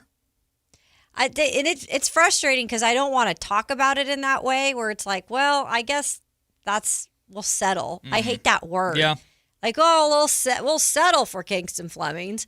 I don't necessarily think it's that. I think that he does have the characteristics, and look, there's got to be growth that continues to happen. Mm-hmm. He has the characteristics to at least definitely be that Robin. And I'm okay with if that's the case and you found your Robin, all right. Mm-hmm. It's, again, timeline for this reshaping of this roster is going to be more than a year. Mm-hmm. So there might need to be moves that are made to bring in your Batman. I don't know. But at least it's starting to bring in pieces. You could start to form that.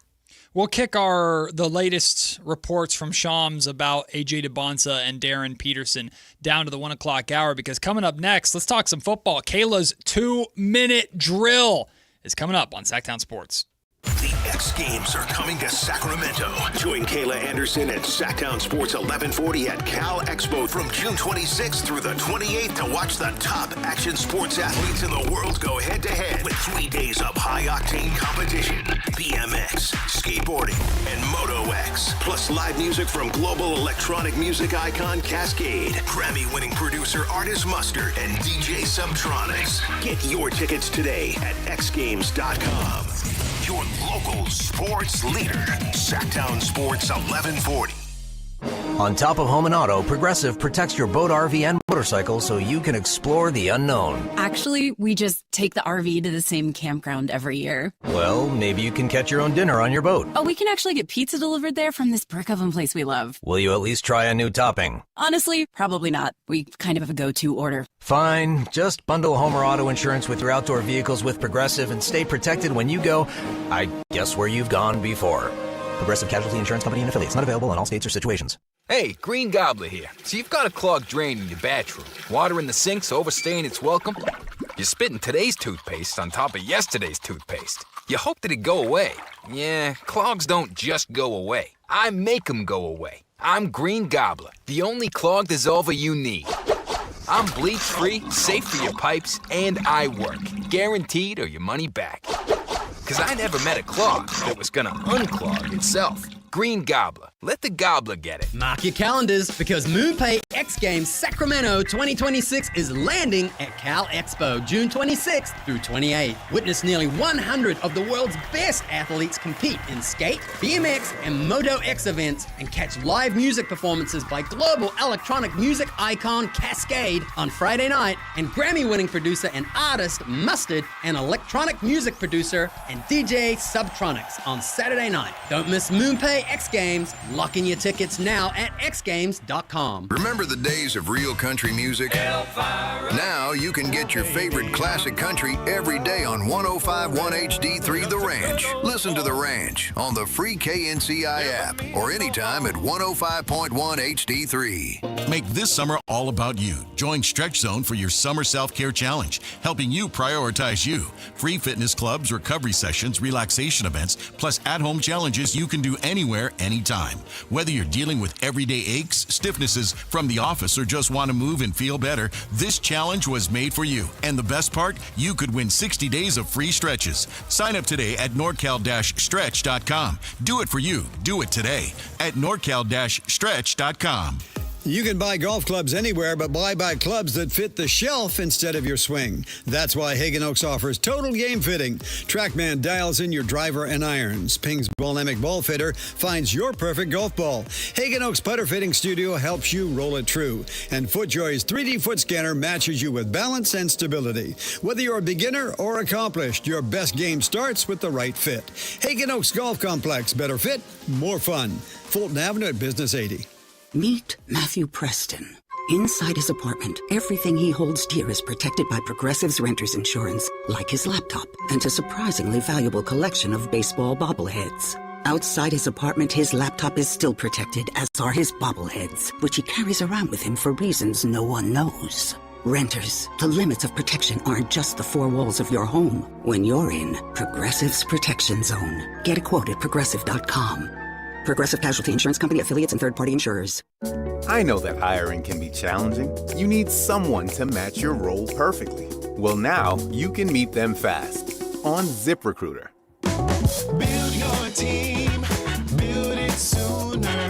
Meet your match on ZipRecruiter. Just head to ZipRecruiter.com/free right now to try it for free. That's ZipRecruiter.com/free. Meet your match on ZipRecruiter. Try Today on the pod, we're talking to Megan, trapeze artist and Scratchers enthusiast. So, Megan, what do you like about playing Scratchers? Well, they're easy to play when I'm hanging around. Oh, okay. Like when you're relaxing? No, like when I'm hanging on the trapeze. I swing upside down, then do a quadruple somersault, all while playing Scratchers. Watch this. Ta-da! Unbelievable. I know, right? Scratchers from the California Lottery. A little play can make your day. Please play responsibly. Must be 18 years or older to purchase player claim. It's time for the 2-minute drill. Kayla Anderson has the ball, and she's taking us around the world of football. It's Kayla's 2-minute drill on Matt and Kayla. The NBA is over and done with. And we'll have to wait a while before its return. But before that, the NFL will return. Not too long from now, we're going to start to get ready for NFL training camps. And while baseball might try and claim now is their time, the NFL is a sleeping giant ready to wake up. And there's always something going down in football. That's why we got Kayla's 2-minute drill, which starts right now. That's right, and we'll start with this. Tip of the old cap. That is right. Jets guard Joe Tipman reaches a 4-year, $62 million extension. Of course, the Jets trying to figure out what the heck they're doing as an organization moving forward. Look, they still got to figure out the long-term quarterback situation, but they're slowly signing some of these young guys to longer contracts to see if they can actually put something together there. Like I mentioned, $62 million contract extension, 31 in new guarantees. That's what a source tells ESPN. His extension can be up to $64 million. And of course, he is with athletes first when it comes to his agents, which we were just talking about in the break, actually. He's 25.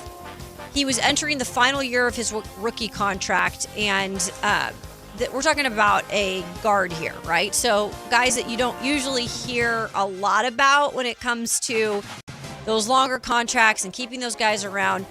They're so big. When it comes to that offensive line and making things work, it's like you've got to make sure you are also doing the right type of business for those players that are up front. Yeah. If you're trying to establish any sort of stability, a good foundation is getting your line right. And, I mean, listen, the Jets are an easy joke, the butt of every joke.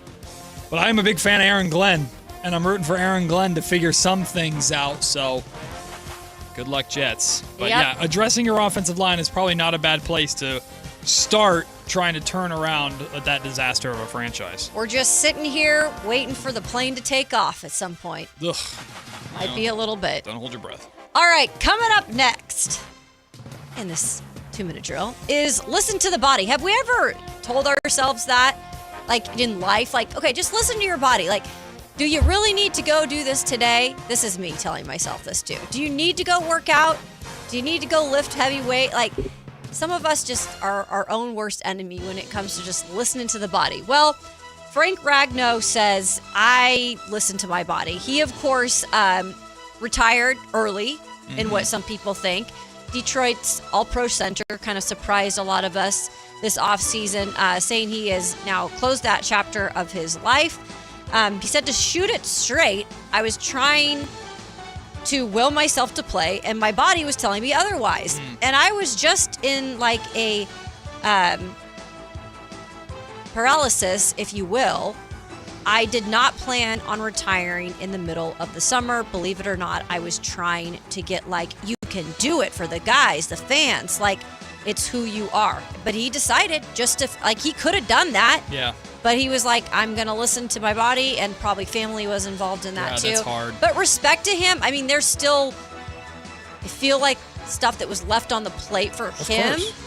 But respect to him too. Yeah, you don't want to suffer. No. And I mean, when we hear these stories about what NFL players do on a week-to-week basis to recover and get their body as right and pain-free as possible to do it all over again and go through simulated car crashes every play, like it honestly, it takes a different type of strength to be able to walk away from something when you know there's so much money still on the table, but it physically is killing you.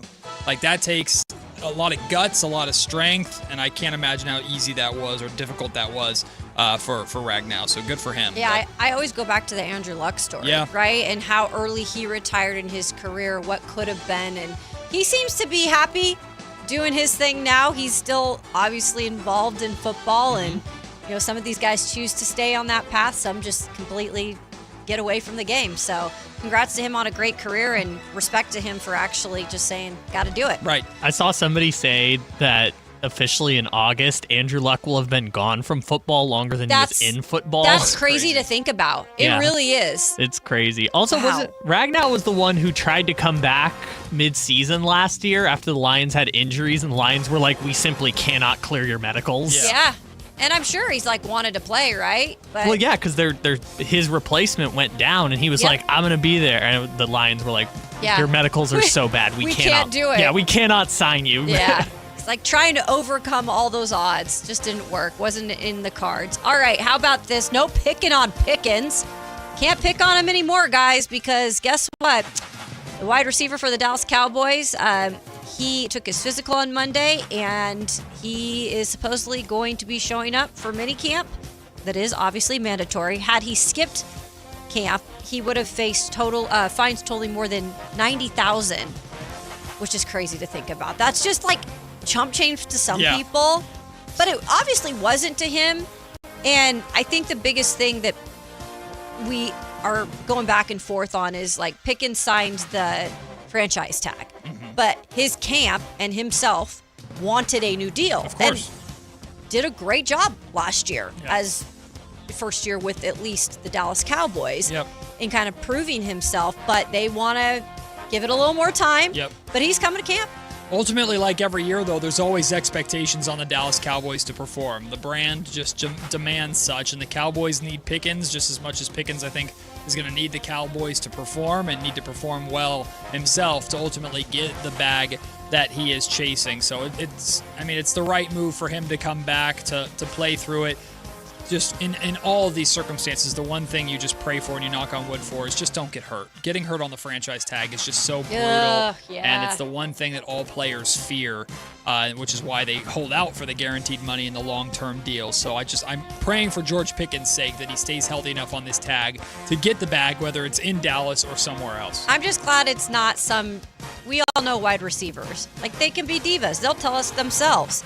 I'm glad it's not some crazy situation, distraction going into mandatory minicamp. I really am. I mean, because he could have done that. Yep. He could have been like, I'm not showing up until I get my contract. And then Dak Prescott gets asked about it every week. And I hate that. There's nothing worse than just stupid controversy going into a training camp or any Niners of that are very stuff. familiar with that. I'm glad they don't have that right now. Yeah. They do literally have that right now. Ayuk is still posting Instagram videos. Yeah, I feel like people him. feel like he's no longer a part of the team, although he technically is. No, he's not. I mean, he is, but he's not. The Niners have already mentally moved on from Ayuk a year plus ago. That's such a weird thing. Yeah, you guys. between the Trey Lances and the Brock Purdys and the Brandon Ayuks or the Nick Bosas or the Trent Williams, they do have it literally every year. It's crazy Debo, to you me. forgot Debo too.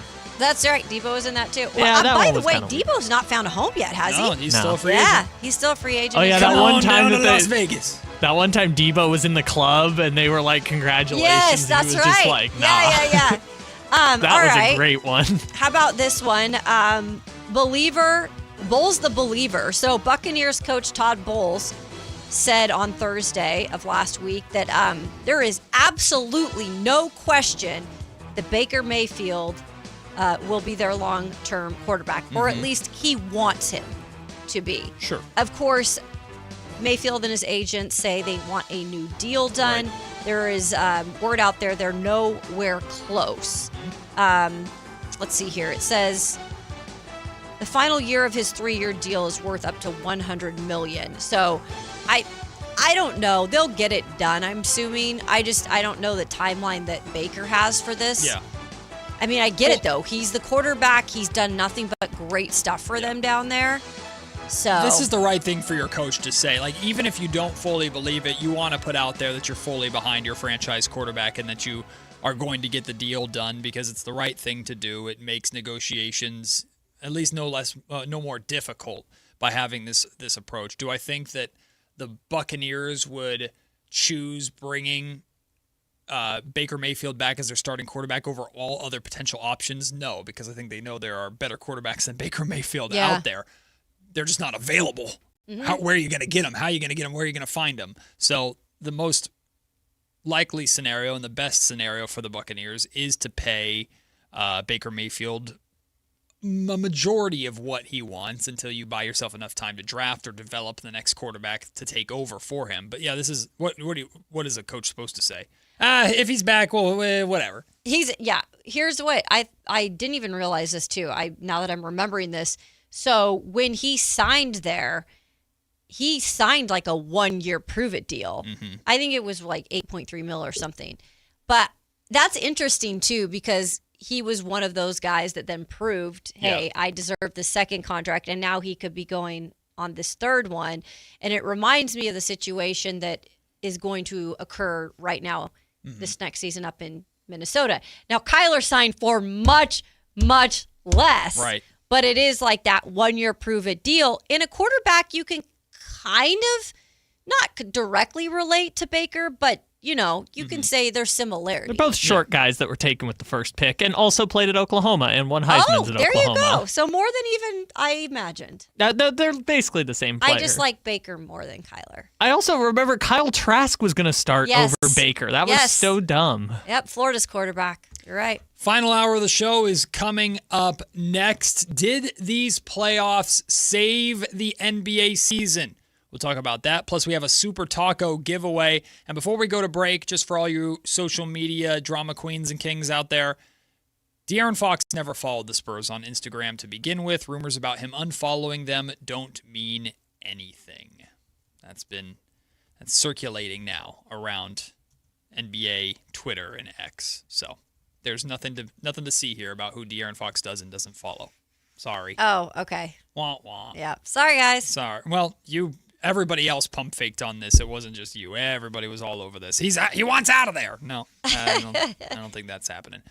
Did the NBA playoffs save the NBA season? We'll talk about that and more next. It's Matt and Kayla on Sactown Sports. The top young talent in the NBA is headed to Sacramento this summer for the 8th annual California Classic presented by Ticketmaster. The Kings will host the Milwaukee Bucks, Brooklyn Nets, and Golden State Warriors in a preseason showcase that's sure to bring more fireworks to your 4th of July weekend. 3-day general admission passes for July 4th, 5th, and 6th are available now. Visit kings.com/California Classic for details. Your exclusive home for Kings basketball. Sactown Sports 1140. This is the story of the one. As a safety manager at a manufacturing plant, he does everything he can to keep his coworkers safe. From finding ways to reduce risks to keeping safety supplies in stock. And for that, he relies on Grainger. Grainger offers a broad range of quality products and next-day delivery, so he can always play it safe. Call 1-800-GRAINGER, click Grainger.com, or just stop by. Grainger, for the ones who get it done. And we're live from the living room as Doug eyes up the matchday spread. He's reaching for the Buffalo wing. Perfect! Hang on, what's this? Oh, he's gone for a can of Pepsi too! Incredible! What a finish! Sensational combination! Look at the delight on his face. There's no doubt about it. It just tastes better. Match days deserve Pepsi. Food deserves Pepsi. Grab a pack of Pepsi Zero Sugar for today's match. It's poetry in motion. Thunder, feel the thunder. It's the energy all around you. Lightning and the thunder, thunder. The thrill of the moments to come. The flash of lights.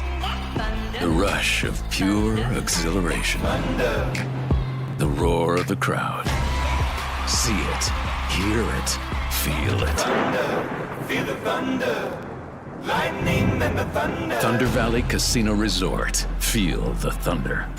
This is Sactown Sports 1140. Hey, it's Carmichael Dave. What's up? It's Matt George. What's good? It's Alan Stiles. With the most trusted voices in the community. This is Jason Ross. Hey, it's Kayla Anderson. It's Whitey Gleason. Ready to help promote your business, both as partners and customers. All you have to do is ask. Pick up the phone, dial pound 250 and say, grow my business to get connected with a team member today. That's pound 250 and say, grow my business. Our team will review your product, quickly pair you with a perfect endorser, and create video and audio samples deals, all at no cost or obligation to you. With the most live and local on-air lineup, a dynamic content-driven website, and a state-of-the-art mobile app, Sactown Sports 1140 is tailor-made to help you connect with a sports audience in Sacramento. So why wait? Dial pound 250 today. Say, grow my business, and let us help take you to the next level. The Expo sale is coming to Cresco Restaurant Equipment June 17th through the 20th. Save big on refrigeration, ice machines, gas cooking equipment, furniture, and more. Everything is on sale on Richards Boulevard. 4 days only. Don't miss Cresco's biggest savings event of the year. What's up? We're talking to Chad Hoblet of Hoblet Dodge Chrysler Jeep Ram in Woodland. What's happening, Chad, for Chrysler's Make This the Summer event? Right now, you can save up to $15,000 off MSRP on one of America's most popular trucks, the new 2026 Ram 1500 Crew Cab. Plus, with an EPA estimated 22 mpg, you're going to save big at the pump. That's so important, especially with the gas tax going up next month. A new Ram could be what you need to cut your fuel costs long term. Plus, you'll enjoy best-in-class luxurious cabin comfort in the most luxurious Ram 1500 ever. And with over 600 Rams available, you won't find a better selection of new Ram trucks in stock and ready for you to drive home today. Search, select, and save through their whole inventory at HobletDodge.com. Unbeatable prices, unbeatable selection. Nobody beats Hoblet, period. $15,000 total net savings after factory incentive and dealer discounts. Incentives include $500 on-the-job upfit for eligible upfit, $1,000 Hoblet trade-in assistance on eligible trade-in, $500 Hoblet business owner bonus for verified business owners, and $9,500 dealer discount. 10th is net savings. See dealer for details. KHD1 Sacramento, KYMX HD3 Sacramento. From the Power Business Technology Toshiba Studios. This is Sactown Sports 1140.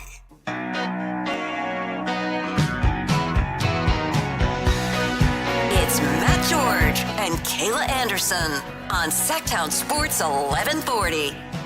This Father's Day, treat your dad to something delicious. Matt and Kayla are giving you a chance to win $100 for dad from Super Taco. Can I win? I want. Super Taco sounds so good right now. Super Taco, of course, is the location for all of the Sactown Sports World Cup watch parties with Christopher Lott. And Wednesday at 1 o'clock. That's the next one. Right now, we are looking for lucky caller number 2 at 916-339-1140 to win an $100 gift card to Super Taco. That's caller number 2 right now at 916-339-1140. I could do for a taco right now. Man, I'm hungry. I'm doing some juicing. Huh? Juicing. Huh? You're just drinking juice? Mm-hmm. Juice cleanse. Yeah. Yeah. It's not fun. Not steroids. I've done it before.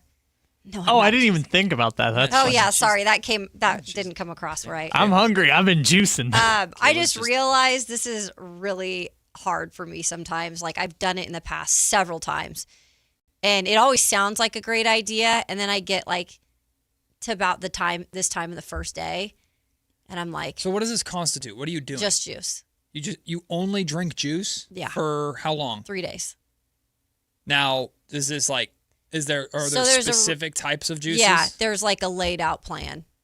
Mm-hmm. So the reason for me doing it is to reset my system.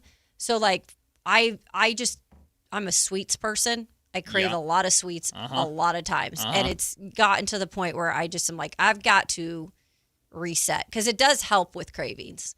So I'm trying to eliminate some of that. Gotcha. Now, to be clear, this is not to like flush your system, if you know what I mean. This is just to get you to get your diet reset. Yeah. Okay. Exactly. I like juice. So that's what it is. Does like smoothies count? No. They have to be specific. pure. It's like pure juice. Like that's just juice. The consistency and color of that liquid looks terrible. Oh, this looks kind of like a bottle of pee. That's not what I was going for. So more like sewage water. Oh, okay. This is the second juice of the day. Yeah, if your pee looks like that, you got a problem. I know, right? This is a daily citrus. So we're talking about apple, pineapple, lemon, and mint. Oh, that sounds good. It's actually really good. It sounds good. It just doesn't look good. Mm-hmm. That's the thing with smoothies, too. Like, a lot of smoothies have to have, like, an appetizing color or look to them. Because some smoothies that you'll make at home just look like blech. Especially if you put milk in it. Blech. I'll tell you about smoothies. I tried to do the smoothie thing in the morning. Mm-hmm. Smoothies after I drink a smoothie, which I usually love the smoothie. Yep. It makes me more hungry. Like, I always feel like I'm more hungry after I eat or drink a smoothie. Drink, like, thick smoothies? Yeah. So I don't know what that's about. Interesting. Mm-hmm. The worst part about smoothies is having to clean the blender afterwards. Those suckers are not fun to clean. It's a lot. It's the same thing with those. Like, I have a supplement thing that I drink every single day, and it gives you a shaker, right? And at the bottom of the shaker is like that thing to break up. Is it the little, like, what do they call it? It's like a little ball, and it. That is a version of it. But this one, my shaker cup has like essentially what that ball is at the bottom, and it's just part of the cup. Okay. And that sucker is hard as hell to clean. And if you don't properly clean those supplement drinks, they smell terrible. Yes, they do. So. It's also just like a Yeti. If you put coffee in your Yeti like I did for so many years because I was working the morning show, I realized my Yetis are all like stained. Yeah, no. It takes hours and hours to soak those. Yetis are for water only in my household. I ain't touching. You put coffee in that thing, you're on your own. You ain't, because I wash all the dishes in my house. That's my job. My wife hates washing dishes, and I was a dishwasher in high school. So That's awesome. I'm like, this ain't nothing. I do that. She cleans bathrooms. She's like, she could clean bathrooms without any hesitation. She's like, I don't care. Yuck. But she will not wash dishes. And that's what's weird about me too. Listen, I worked in a retirement home, and the consistency of food in retirement homes growing up is disgusting. But you just, as a dishwasher, I am so, even barehanded, as long as there's hot water, I will, this out of context is going to sound terrible, I will stick my bare hand in I will scoop out literally anything on a plate if there's like water, hot water running, because you just become used to it as a dishwasher. Just the most gross, disgusting food. It beats sticking your hand in a toilet, pulling anything out. Well, if you do that, you're a psychopath. What conversation did I just walk into? Don't worry about it. Do your giveaway. I cannot stand bathroom cleaning. See, I don't mind, but that's the thing. Like, if it's just me living there, fine. Yeah, but if it's other people, my wife loves it. She doesn't love it. Especially, we're in the process of teaching a 4, almost 5-year-old how to aim. Mm-hmm. Woo! Ready, aim, fire, brother. Let's just say he's not going to be. He's not going to be a hunter because we are all over the place. It's like having a dog that's not fixed, like Red. He aims his, stuff every. You have to clean it up. That I actually hate cleaning that worse than the bathroom. Wait, I don't understand the not fixed part. Why does that make a difference? No, because they have certain things. Stop it. Boy animals. Stop it. Stop it. This was an innocent you're saying conversation. the gets on the. Yep. Oh, That's really? It. Yeah. Wow, and Kyle, you needed to be handheld through that. It's hard to clean off. Stop. Talking about dishwashing. In a way, she is too. Yeah. You were talking about kids' aim. Yes. And my kid is a dog. I was talking about his aim. It's all over the place. He has a yard. My son has a toilet bowl. I mean, your son also has a yard. He does, and sometimes he utilizes it. My gosh. Is that like a thing? Yes. Okay, because my nephews do that. This was taught by his grandparents. This was not taught in our household, but there's a pee rock. There's a specific my God. rock that you can go and pee on. I wish I could do that.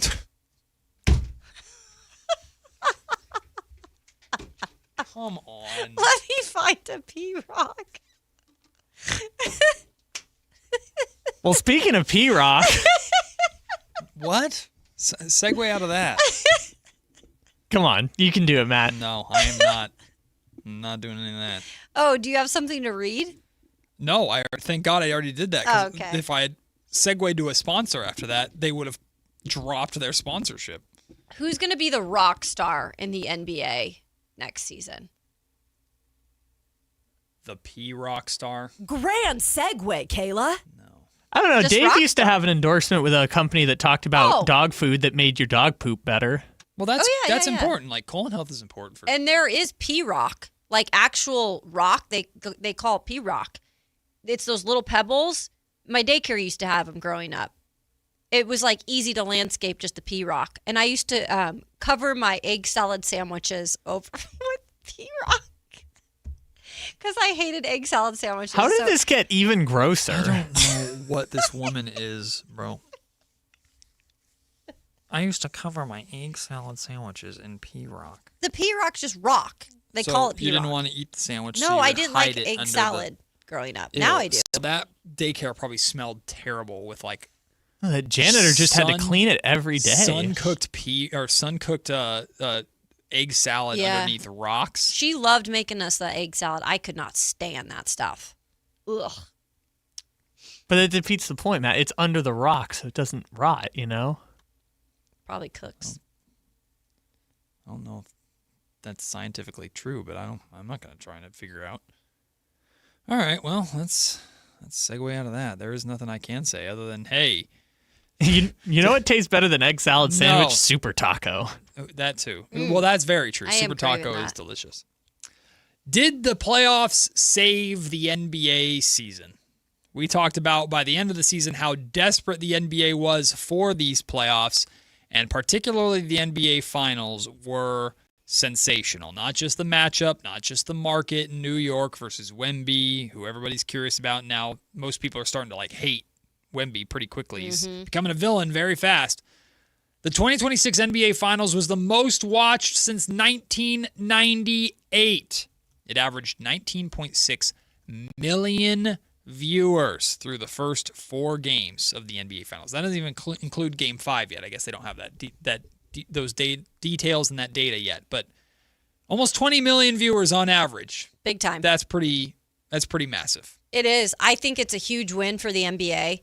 Coming off of a year where, look, it's not like the year was a failure by any means, but there were a lot of distractions that took away from the actual basketball that was being played. And so to get it back with the playoffs and especially the finals was encouraging. And again, I mentioned to you, I had people just everywhere I looked in terms of my timeline, even people that didn't follow NBA throughout the season closely were definitely locked into the playoffs and into these finals. So I think it is a huge win for the NBA, and I think it's going to continue the momentum heading into the draft in 8 days, where I think there's going to be a lot of interest in that.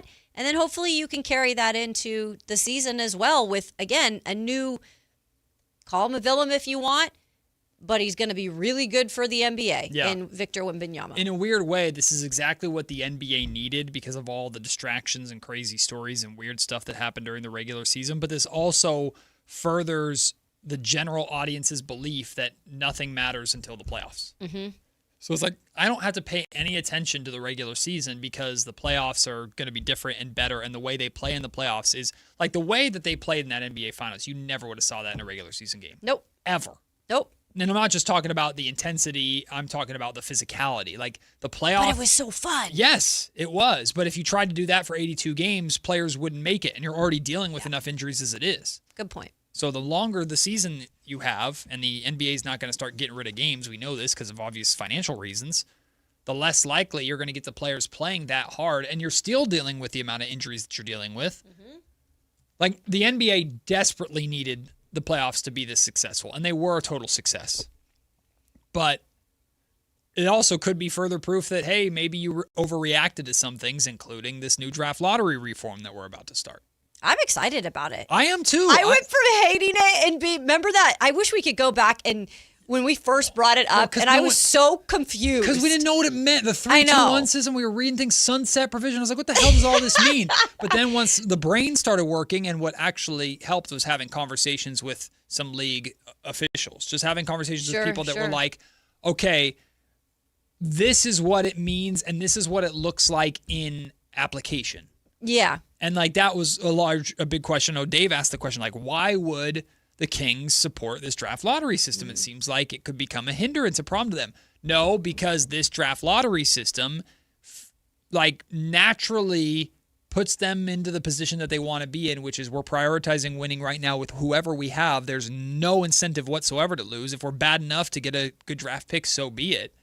But we are just going to focus on the here and now. And I was having this conversation yesterday with a buddy of mine And he was saying, like, I don't know whether to like it or not. And I said, I like it during the regular season. I think during the regular season, it's going to simplify everything to a point that we can just enjoy basketball. And I think that's the point. We can just enjoy the Kings, and we don't have to worry about, did this win hurt them? Like, just for 82 games next season, we can all sit there and root as hard as hell for the Kings to win. And that sounds very refreshing after what we went through this season. Yeah. But on the other hand, Kayla, there is going to be at least a team, if not multiple teams, that for the next 3 or 4 years until the sunset provision happens, are going to need a top pick and consistently get like 8, 9, 10, or 11 because they're unlucky. And I'm just hoping to God it's not the Kings, but every Kings fan listening is going, of course it's going to be us. It's the Kings. I know. I'm like, well, right now we're excited because it's something new. And there's always, I think when you have something new, there's always new hope that comes along with that kind of stuff. But I'm sure, there'll be a time or a time in the season where we're like, what, why do we like that? But for right now, I do admit it makes a lot more sense. I do like it more than what was being done before. Now, whether it works or not, we'll see. Yeah. We'll see. The King, there's a very good chance the Kings are going to be a relegation zone team, which is a bottom 3 team. There's a very good chance they will be next season. I hope they're not. What if that's the year, though, they overcome the odds of percentages? That would be pretty fun. And that'd be hilarious. No, what would be annoying is if the Kings were like relegation zone team 2 and relegation zone team 3 was Memphis. Yeah. And then Memphis wins and the Kings have like the 10th pick. Right. Oh. It's like all those years the Kings were the 8th or the 9th pick, and then the system changed the year they actually committed to being the worst team. Yeah, exactly. It used to be like the Kings and the Bulls were in basketball hell because they always had the 8th worst record. Just short term, it's better because next season we can just root for the Kings to win basketball games and not care and root for the on-court development and success of this squad.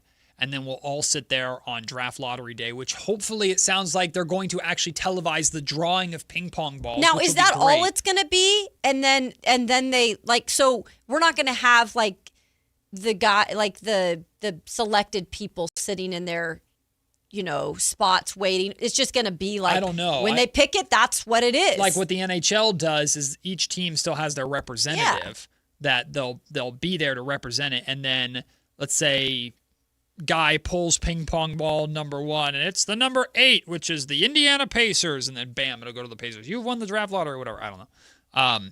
Like that's the way that I think it'll work versus they draw it secretly and they reveal the order to us. I think now they're just going to hopefully go to a system where here's the ping pong ball drawn, the entire world sees it, that number is for that team, they win the lottery. All right, here's the second pick. I hope they do it in real time.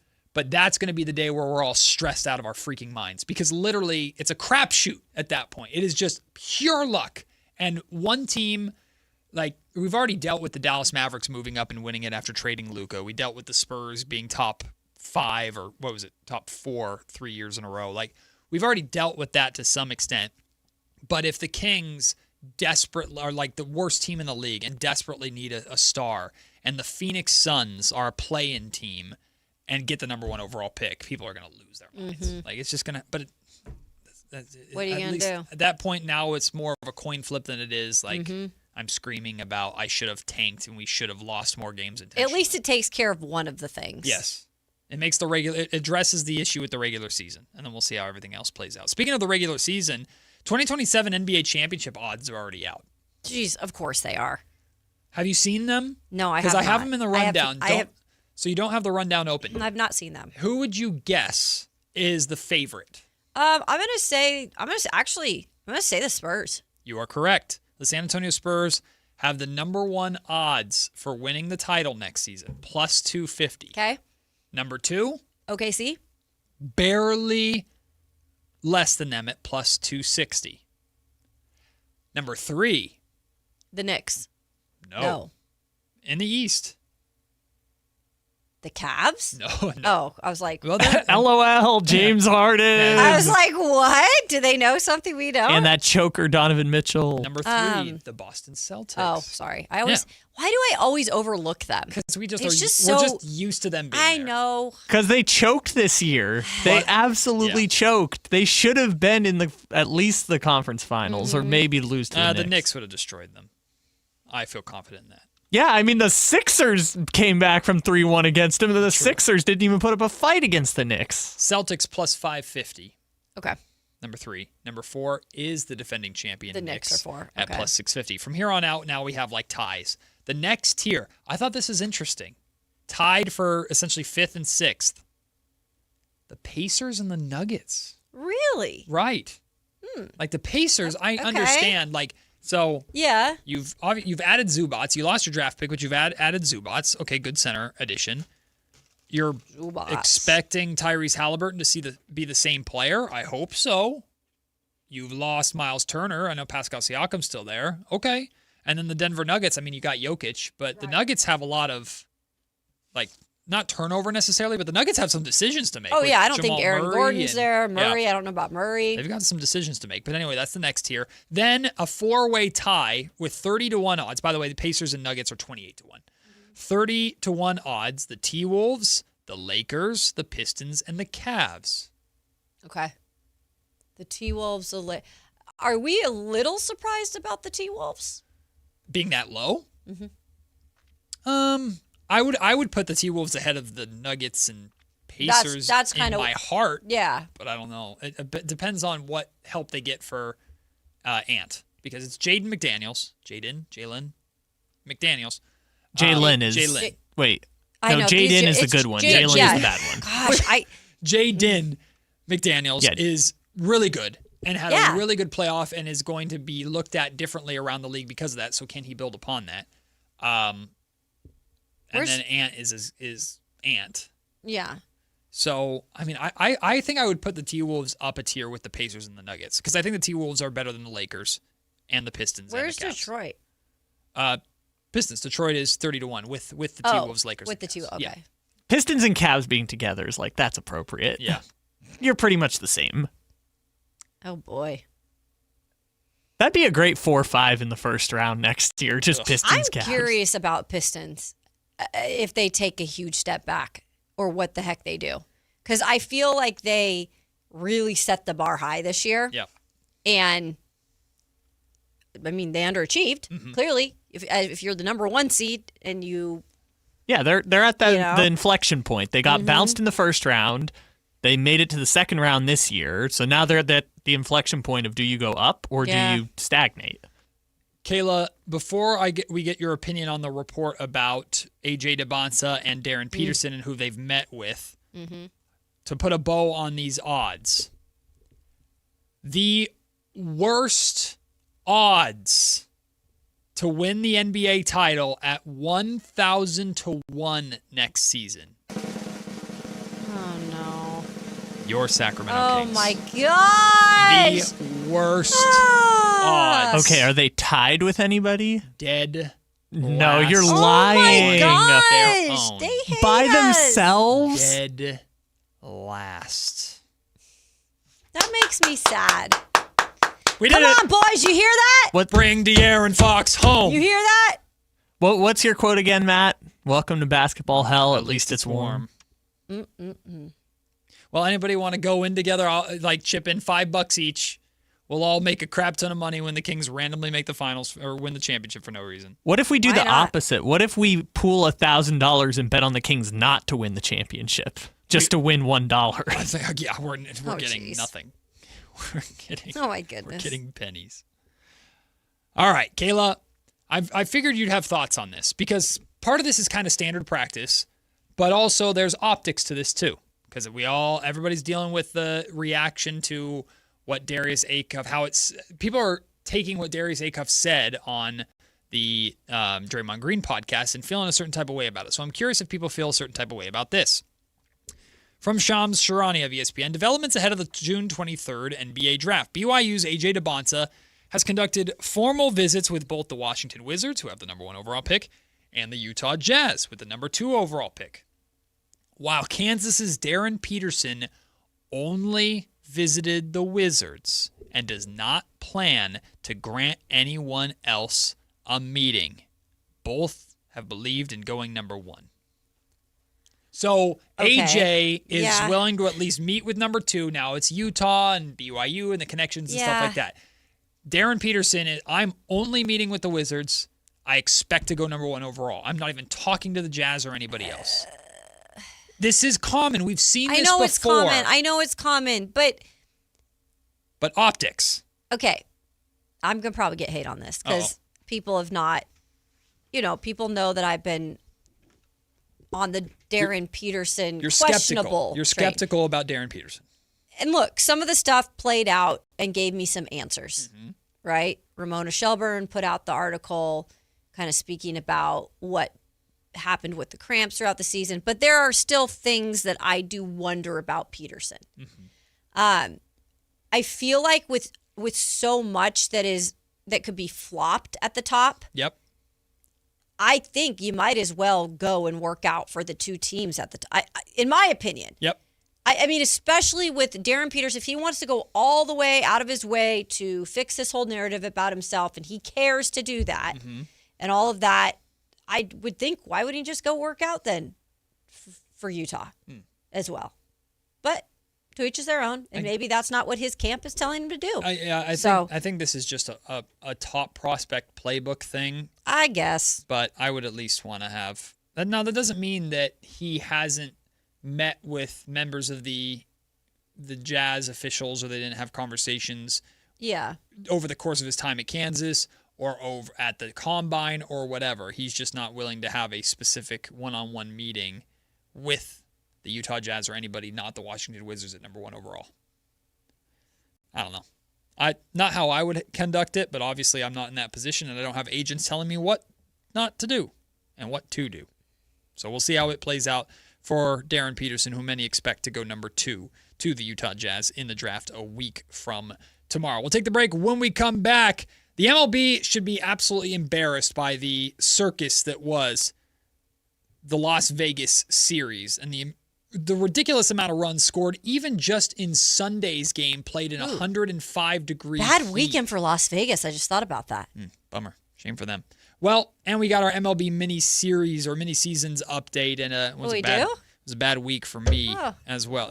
Great. I can't. Where's that trophy? It's broken over here. You better fix it. Put it next to your Emmy. We have that coming up next, plus crosstalk with Whitey Gleason and Alan Stiles to wrap up the show. It's Matt and Kayla on Sactown Sports.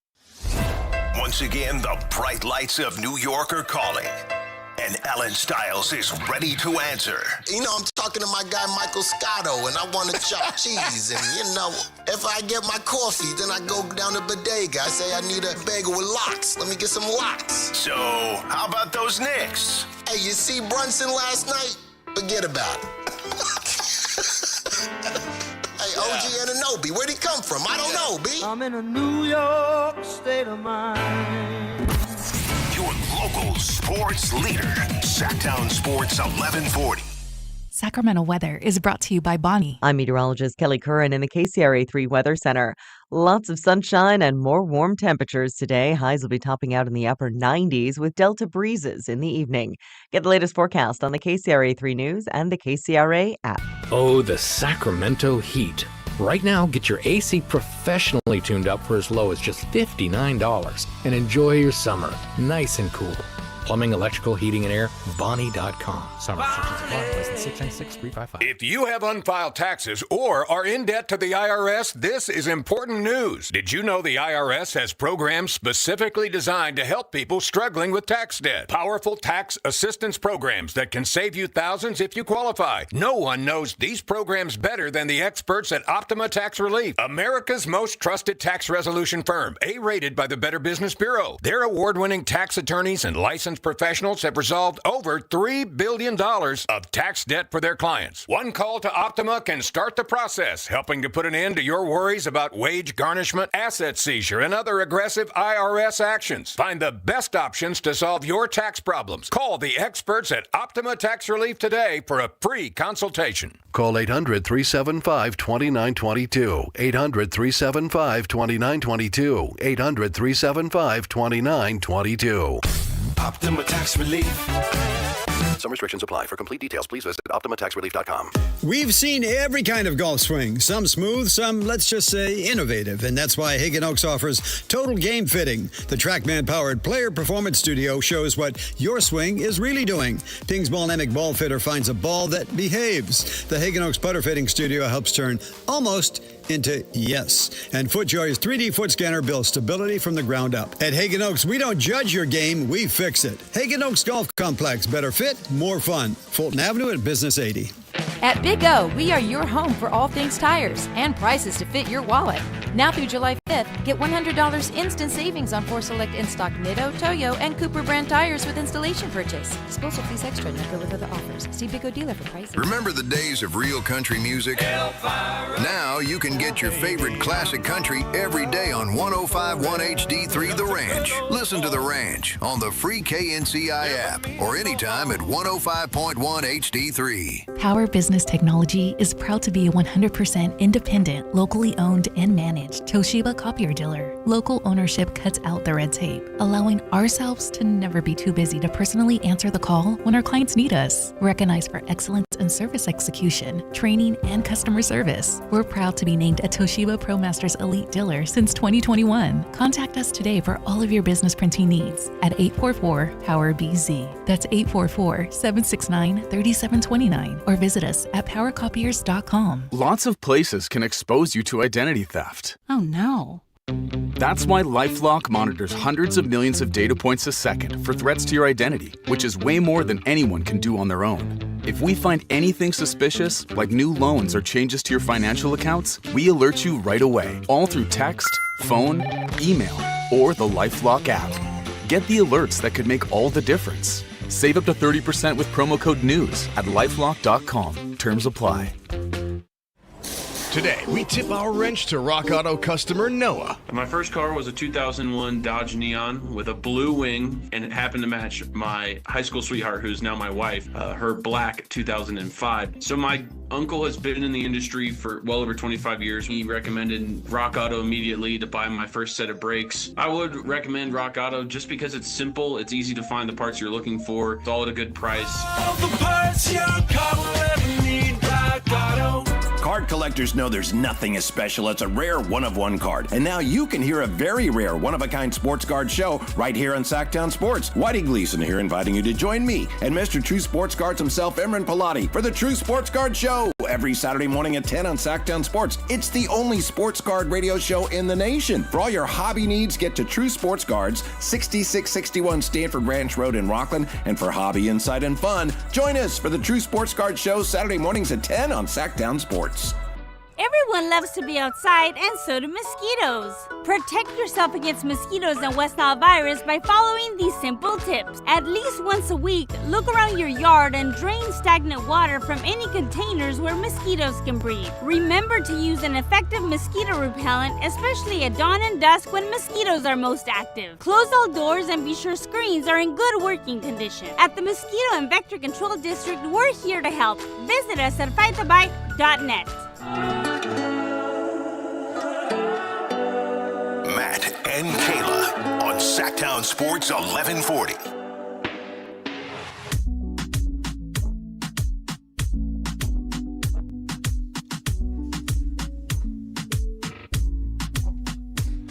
Thankfully, I got to celebrate Mike Brown's success of winning. All right.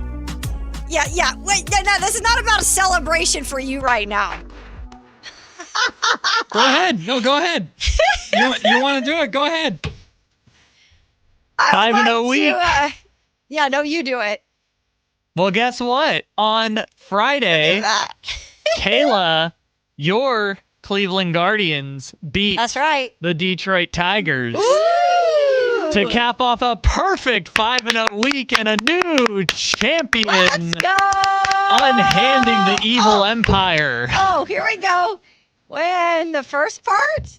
Thank you. And the second part. The evil empire has been defeated. Kayla is now a 3-time champion. Oh, that's cute. I remember when I was a 3-time champion like a month and a half ago. He says. Also, you lost, Matt. 7-time champ. The Yankees lost. Maybe I should just throw this at somebody when they walk in. Had a bad week. What an idiot. Should I work on my windup?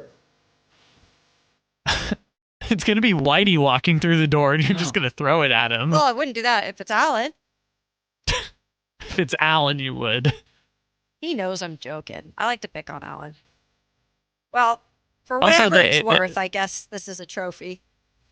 Also, I won with the A's, but it doesn't matter because Kayla went 5-0. She wins the trophy and still disrespects it. Whatever it's worth, I guess this is a trophy. Look, we can't all win freaking Emmys, all right? God, ungrateful. Thanks, guys. I appreciate it. I'd like to thank No one cares. my dog, Red, Red doesn't care either. who's right now trying to get into the camera. Get away from the camera and get away from the treats. Red. See, now this is a problem because he knows where the treats come from. Ay, ay, ay. Break the camera. To be a mom. Matt's so mad I just said that. To be a mom. Yep. Okay, this kid, though, has... It's not a kid. This dog Yep, is pretty that's much better. a kid. He's got some hyper Uh-huh. issues and emotional issues. Mm-hmm. He's pretty much a kid. Hey, so good news, Matt.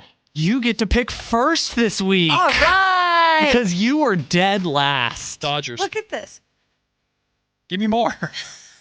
Where's the treats? What a jerk. Unhand the treats, lady. All right, I picked All the right. Dodgers first. Oh, God. Wait, so how is this? Are we still doing 5 days, even though we're not working on No, Friday? we won't do Friday. We'll just do 4 days. Okay, so it's 4 days. So I don't have to worry about picking someone on Friday. Yes. Programming note: we are off on Friday, Yes. so just 4 shows today. 4 shows today? I'm 4 shows. You know what I mean. Wait, we're doing 4 shows in a day? Trying to break the Guinness Book of World Records. Matt's still in his feels. Good one. I will take the Braves because they're playing the Giants. Brave. Ooh, that's a nice win. Kayla.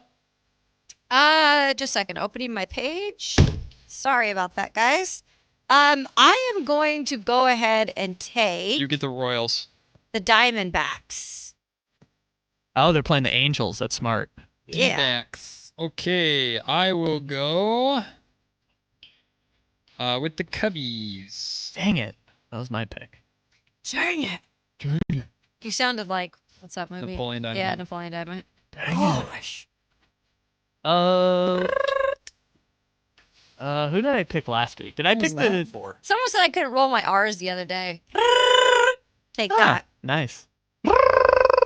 Matt, Matt, What? can you do can it? you roll your Okay, he kind of did it. Why are we doing this? Am I allowed to pick the Brewers? Did I pick them last week? I don't remember. I'll give them to you. Okay. Okay. Is it Yeah. my turn? Yep. Yankees? By the way, did you guys see what Misarowski did this weekend? No. Yes. It's insane. What happened? He was. He's It's like been maybe nuts. the greatest performance ever. So he faced the minimum 27 batters, Yeah. gave up 1 hit, like 15 strikeouts and 95 pitches. Yeah, Jeez he's Louise. throwing gas. And Holy faced smokes. 27 up, 27. I mean, a guy got on in a double play, but 27 up, 27 down. That's crazy. Well, the A's are back in Sacramento, which means they're going to lose. So I'm going to take the Pirates. Oh my gosh. Be careful. Every time we take Paul Skeens, he lets us down. Not me. Paul will do it for me. Kayla? I am gonna actually. Oh, wait, sorry, Kyle. Not you. Shan. sorry. Be quiet. Not you. The other K. Not you, winner. Oh, I gotta look at Thursday. That's very important in this game. Gotta make sure you know who's playing. Oops. I will take. Oh wait, they already played that day. I think I took the Phillies last week. I can't take the Phillies. I'll take the Cardinals. Cardinals. All right. I'm actually gonna take my Mariners, they just got they lost a series with Baltimore in Baltimore. Now the Oilers are Orioles, excuse me. The Baltimore Oilers. The Edmonton Oilers. Hockey on the mind. They are now going to be in Seattle. So I'm going with my Mariners in this one. By the way, that's a crazy week up in Seattle. Yeah. There's a lot going on there with the World Cup and baseball. Do not bark. Just talking to her kid, apparently. All right, and Kyle, I'll go Guardians. Kyle, your last pick? You know what? I'm going to take the Tampa Bay Rays and go head-to-head with you against the Dodgers. Sounds good to me. And Kayla, your last pick. And I'm going to go, you go with the Rays, I go with the Jays. What? I thought it was funny. It was cute. Right? No. I mean, I'm warming up for our lyrics thing coming up here soon. That won't help you. Oh, he's really trying to set me up for disaster, folks. That won't help you. Well, you demanded the game come back, so I'm bringing the game back. Oh, he's bringing it back. I'm bringing it back. Okay. No, it'll be a more traditional style this time. I'm excited about that. All right, I got the Cubs over the Rockies today because they used all their runs in yesterday's disaster in Las Vegas. Did you see the score of that game? Dude, what? I honestly had to double check. Because I was like, is this a joke? For those who didn't know, the Rockies beat the A's in a day game in Las Vegas to wrap up the Las Vegas series. The Rockies beat the A's 23-9. Goodness 23 runs, 24 hits in that Little League ballpark that they have up there in Las Vegas, and they played in 107 degrees in the middle of the day. Mm-mm. If they thought it was bad here, playing in a minor league ballpark in heat. Like there's a difference between offense is fun and this is a joke of our game. Yeah, I agree. And that was a joke of Major League Baseball. How many runs in the time that they were in Vegas happened? I would love to know that. Because I feel like that in its own right would. Let me gather that for you real quick. I mean, I won't calculate totals because I'm not Kyle. I'm not the math brain in that sense. Maybe you can get a sense of it. At least. The A's played 6 games in Las Vegas. The final score of the first one, 15-14.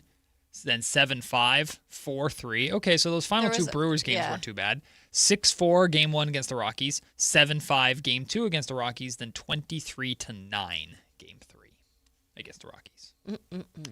Lots of homers, too. Yep. Lots of homers because the ball apparently is made out of, it's like a tennis ball. Have you ever played tennis baseball? Yeah.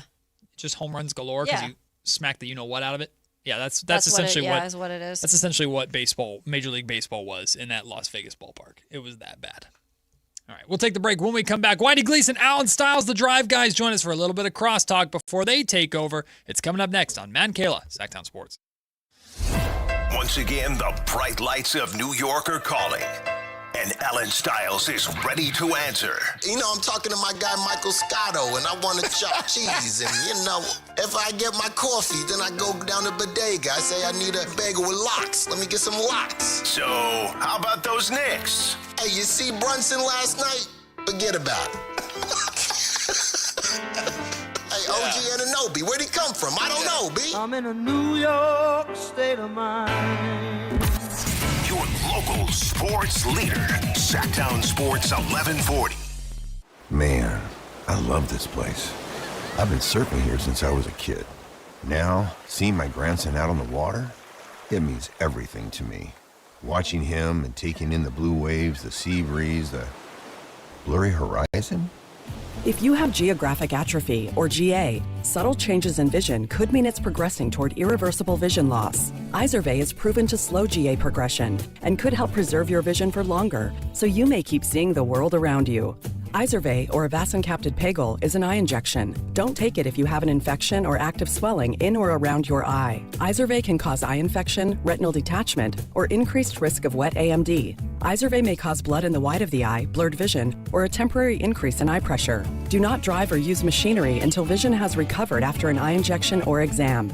Ask your retina specialist how you can slow your GA with Izervay. To learn more, call 1-855-IZERVAY or go to izervay.com. Paid for by Astellas Pharma. Capital Casino is conveniently located in downtown 411 16th Street and has been a part of the greater Sacramento area for over 20 years.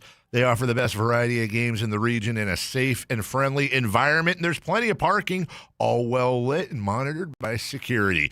Come have a great meal at the cafe and restaurant inside. Capital Casino has the best food, the best service, and the best action. But please always remember to gamble responsibly. 1-800-GAMBLER.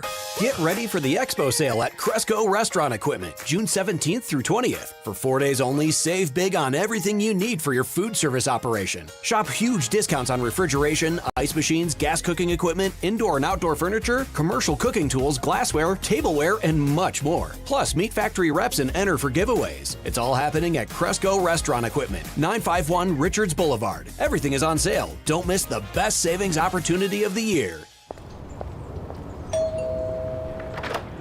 Whoa, what's all this? These screens, the food? All for the game, bro. Dude, let us pitch in. No need. I've got it all covered. With T-Mobile, I'm saving $1,000 bundling my wireless and internet. No way. Really?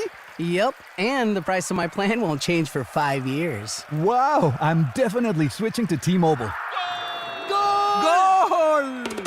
Here to score big with T-Mobile. Families save up to $1,000 a year when they bundle fast, easy to set up, all-in 5G home internet with 4 phone lines on Experience Beyond. And your plan price? Guaranteed for 5 years. Stay connected con tu gente and catch every match with T-Mobile. Join now at T-Mobile.com.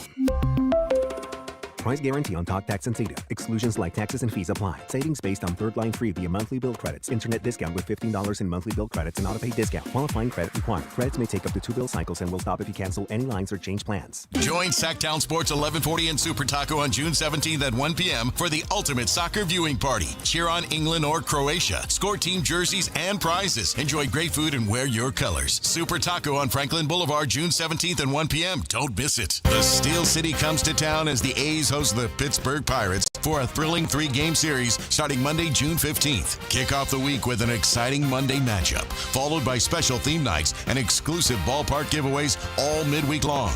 Don't miss your chance to catch rare interleague action right here in Sacramento, where the A's take on the Pittsburgh Pirates starting Monday, June 15th. Get tickets now at athletics.com/tickets. That's athletics.com/tickets.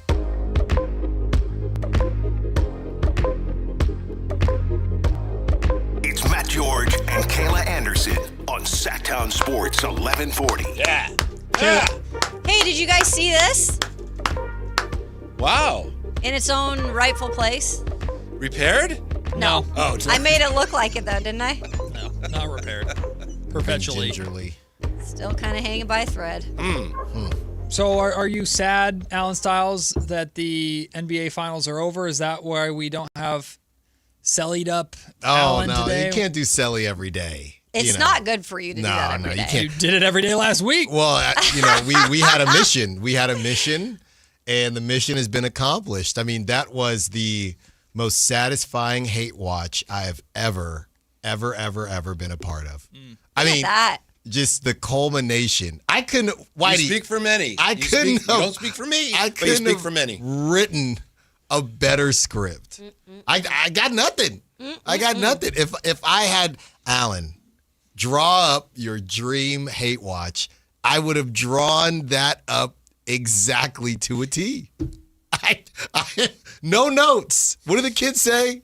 It left no crumbs. Did you notice, Alan? Crumbs. Even right down to the last few seconds, his confidence was shot. They're down what? Their only chance is like to hit a three, foul right. It's like there's no way it's going to happen, but you have to hit a three. And Darren dribbles up and then stops and flips it back out to Wemby because it's like he didn't want just hot potato. Yeah, and it didn't matter. I'm not, it wouldn't have mattered anyway. But it's like he did not want any part of that. Yeah, they'll be back. Confidence was crushed. Here's the thing though. When I say they'll be back in the playoffs, right? And we're going to talk about this a lot today because we do this same thing every year, right? The old Dan Marino adage, they'll be back. Yep. I mean, think about it like this. We said the same thing about the Thunder. Yep. The Thunder have one. Now, they could have more, right? They could get more, but they have one. We did the same thing with the Celtics, right? Yeah. They have one. So you really never know. Good point. You really never know. I think they will be back. I know Wemby will be back. If they're okay. I believe Wemby will be back, but we do this in every sport, every year when a team looks good. The one that we were correct about was Mahomes. But outside of Mahomes, I feel like we do it a lot. And how about the big, bad Western Conference, one Achilles away from losing 2 years in a row? Because I think the Pacers would have won that game to the Little Eastern Conference. The Little Eastern Conference. The Little East. I also think that's 3 years in a row, you know? 3 years in well, I just mean the teams that this team has no shot against this team, enter team from the Western Conference. Yeah, I know, but like Boston won in 24. Yeah, I realize that. Thank you, though. But yeah, He's right. That was right. That was being said, though, especially this year, headed into the playoff, or especially, I guess. Well, that's with why the Knicks Wemby. run. That's why they said Wemby was crying. We got the Larry. Yeah. They thought when they beat the Thunder, we got the Larry. The Larry's ours. We got the Larry. And We got yes, that's There we right. go. We got the Larry. You know who else we got today? Dusty Baker. On his birthday. Yeah. Come on, Dusty. Very cool. 4:30. Do I not heard miss. you guys saying, how old is Dusty Baker today? And I heard you say, oh, he looks good. 77. Then Jay says, hey, Dusty's on today. I was like, isn't it his birthday? It's pretty cool. Yeah. Yeah. Good for him for coming on his birthday, That's celebrating right. with the Drive guys. That's right. You got to appreciate when somebody works on their birthday, you know. So unlike you, right? Oh, what day is it today for you, Whitey? I'm sorry? What- It's our anniversary. Oh, Happy wedding anniversary. It's a Working wedding on his birthday. anniversary. Thank you. Didn't he Take off his leave anniversary. I yes. don't know. on Did his he? anniversary? I don't know. Oh, I didn't leave on my anniversary. I didn't think he did. No. Oh, it was your birthday for his anniversary. That's correct. Now you got it. Now you got it right, Matt. Got mixed up a little bit. That's right. Oh, he works so hard, though. Thank you, Whitey. It does. No, you work so hard. Okay. Goodness gracious. Don't embarrass us with Dusty. Like, don't just. What are you talking about? I already met Dusty before at the River Kitties. We've had conversations. Don't embarrass us again with Dusty. The last time we saw Dusty, it was a little embarrassing because we were at the press conference. Oh, I forgot about And this. Alan's in front of me, and Dusty's, on the stage, and he looks over in our area and kind of waves, and Alan's like, I think you, I'm not sure if he waved at me, so I waved back at him. That's how you're going to ask? We're still not sure who he was waving you at. should ask. Is that how you're starting the conversation? He's not going to remember That that. is hilarious. What if Alan started the whole? It'd be so That funny. is a Well, very he Alan was waving. Styles. You I think would about laugh it. so hard. There's a couple people. He was waving to that group. Yeah. He was Right. waving to the group, Okay. and I was in the group. That was so humble of you. So Dusty. That is a pretty painful situation to wave at someone you think is waving at you. I've done that It's- before. It's so embarrassing. Yeah, It's the So worst. you just got to wait. I mean, what's the Yeah. harm Yeah, if they're just- not? Yeah. Right. So honestly, Oh, hey. that happens to me a good bit at the River Cats because Yes. people. There are times when they're Yep. saying what's up to me, Yeah. but then there are other times when they're just not. looking for someone. I'm like, hello, and they're like, oh, who are you? Yeah. I'm like, Mike. Everyone Oh, knows okay. who you are. Come Yeah, on. you never know. You never know. People are running around getting nachos, a lot of different stuff. That's right. I'm hungry. Quit talking about food. What are you getting for lunch? I'm juicing for 3 days. Oh, Yeah. So. what kind of juice? The steroid kind. Like I keep saying I'm juicing. Like Giambi not juice? No, it's pressed. Oh, that's good. What Yeah. flavors? It's like laid out for. It's like there's a green one in the morning. Oh, I I just see. got done with like a pineapple. What is he laughing? Oh, Alan could not There's like care a beet juice less. one. I'm asking. No, He's I do frustrated because juice. he's like, "What juice?" And she's giving him every bit of information. I just want to know the except one flavors. piece of There's like information 5 that he different wants. ones throughout the day. Okay. Yeah. Because I'm a big What's your base? I'm a big I like the- OJ base. I like the green Okay. the green ones. All right. But they have like apple in them too. So 3 straight days. Yeah. No food. Just juice. Just juice, baby. Just Today juicing. through Wednesday. Yeah, baby, just juicing. All Just right. juicing. Come on. And Woo. water. And water. While and Matt I can eats eat like Cheez-Its. Anybody want to see shit? No, thank you. Oh no! Oh, the ball fell off the trophy.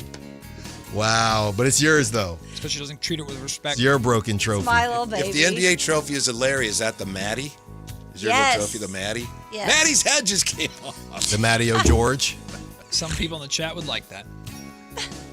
Oh, well. That's always going to be the way. That's always going to be the way. Yep. Yeah, that's right. For the next 4 hours, Whitey Gleason, Alan Stiles, the Drive Guys taking over. More Hate Watch victory lapping. And Dusty Baker. And Dusty Baker.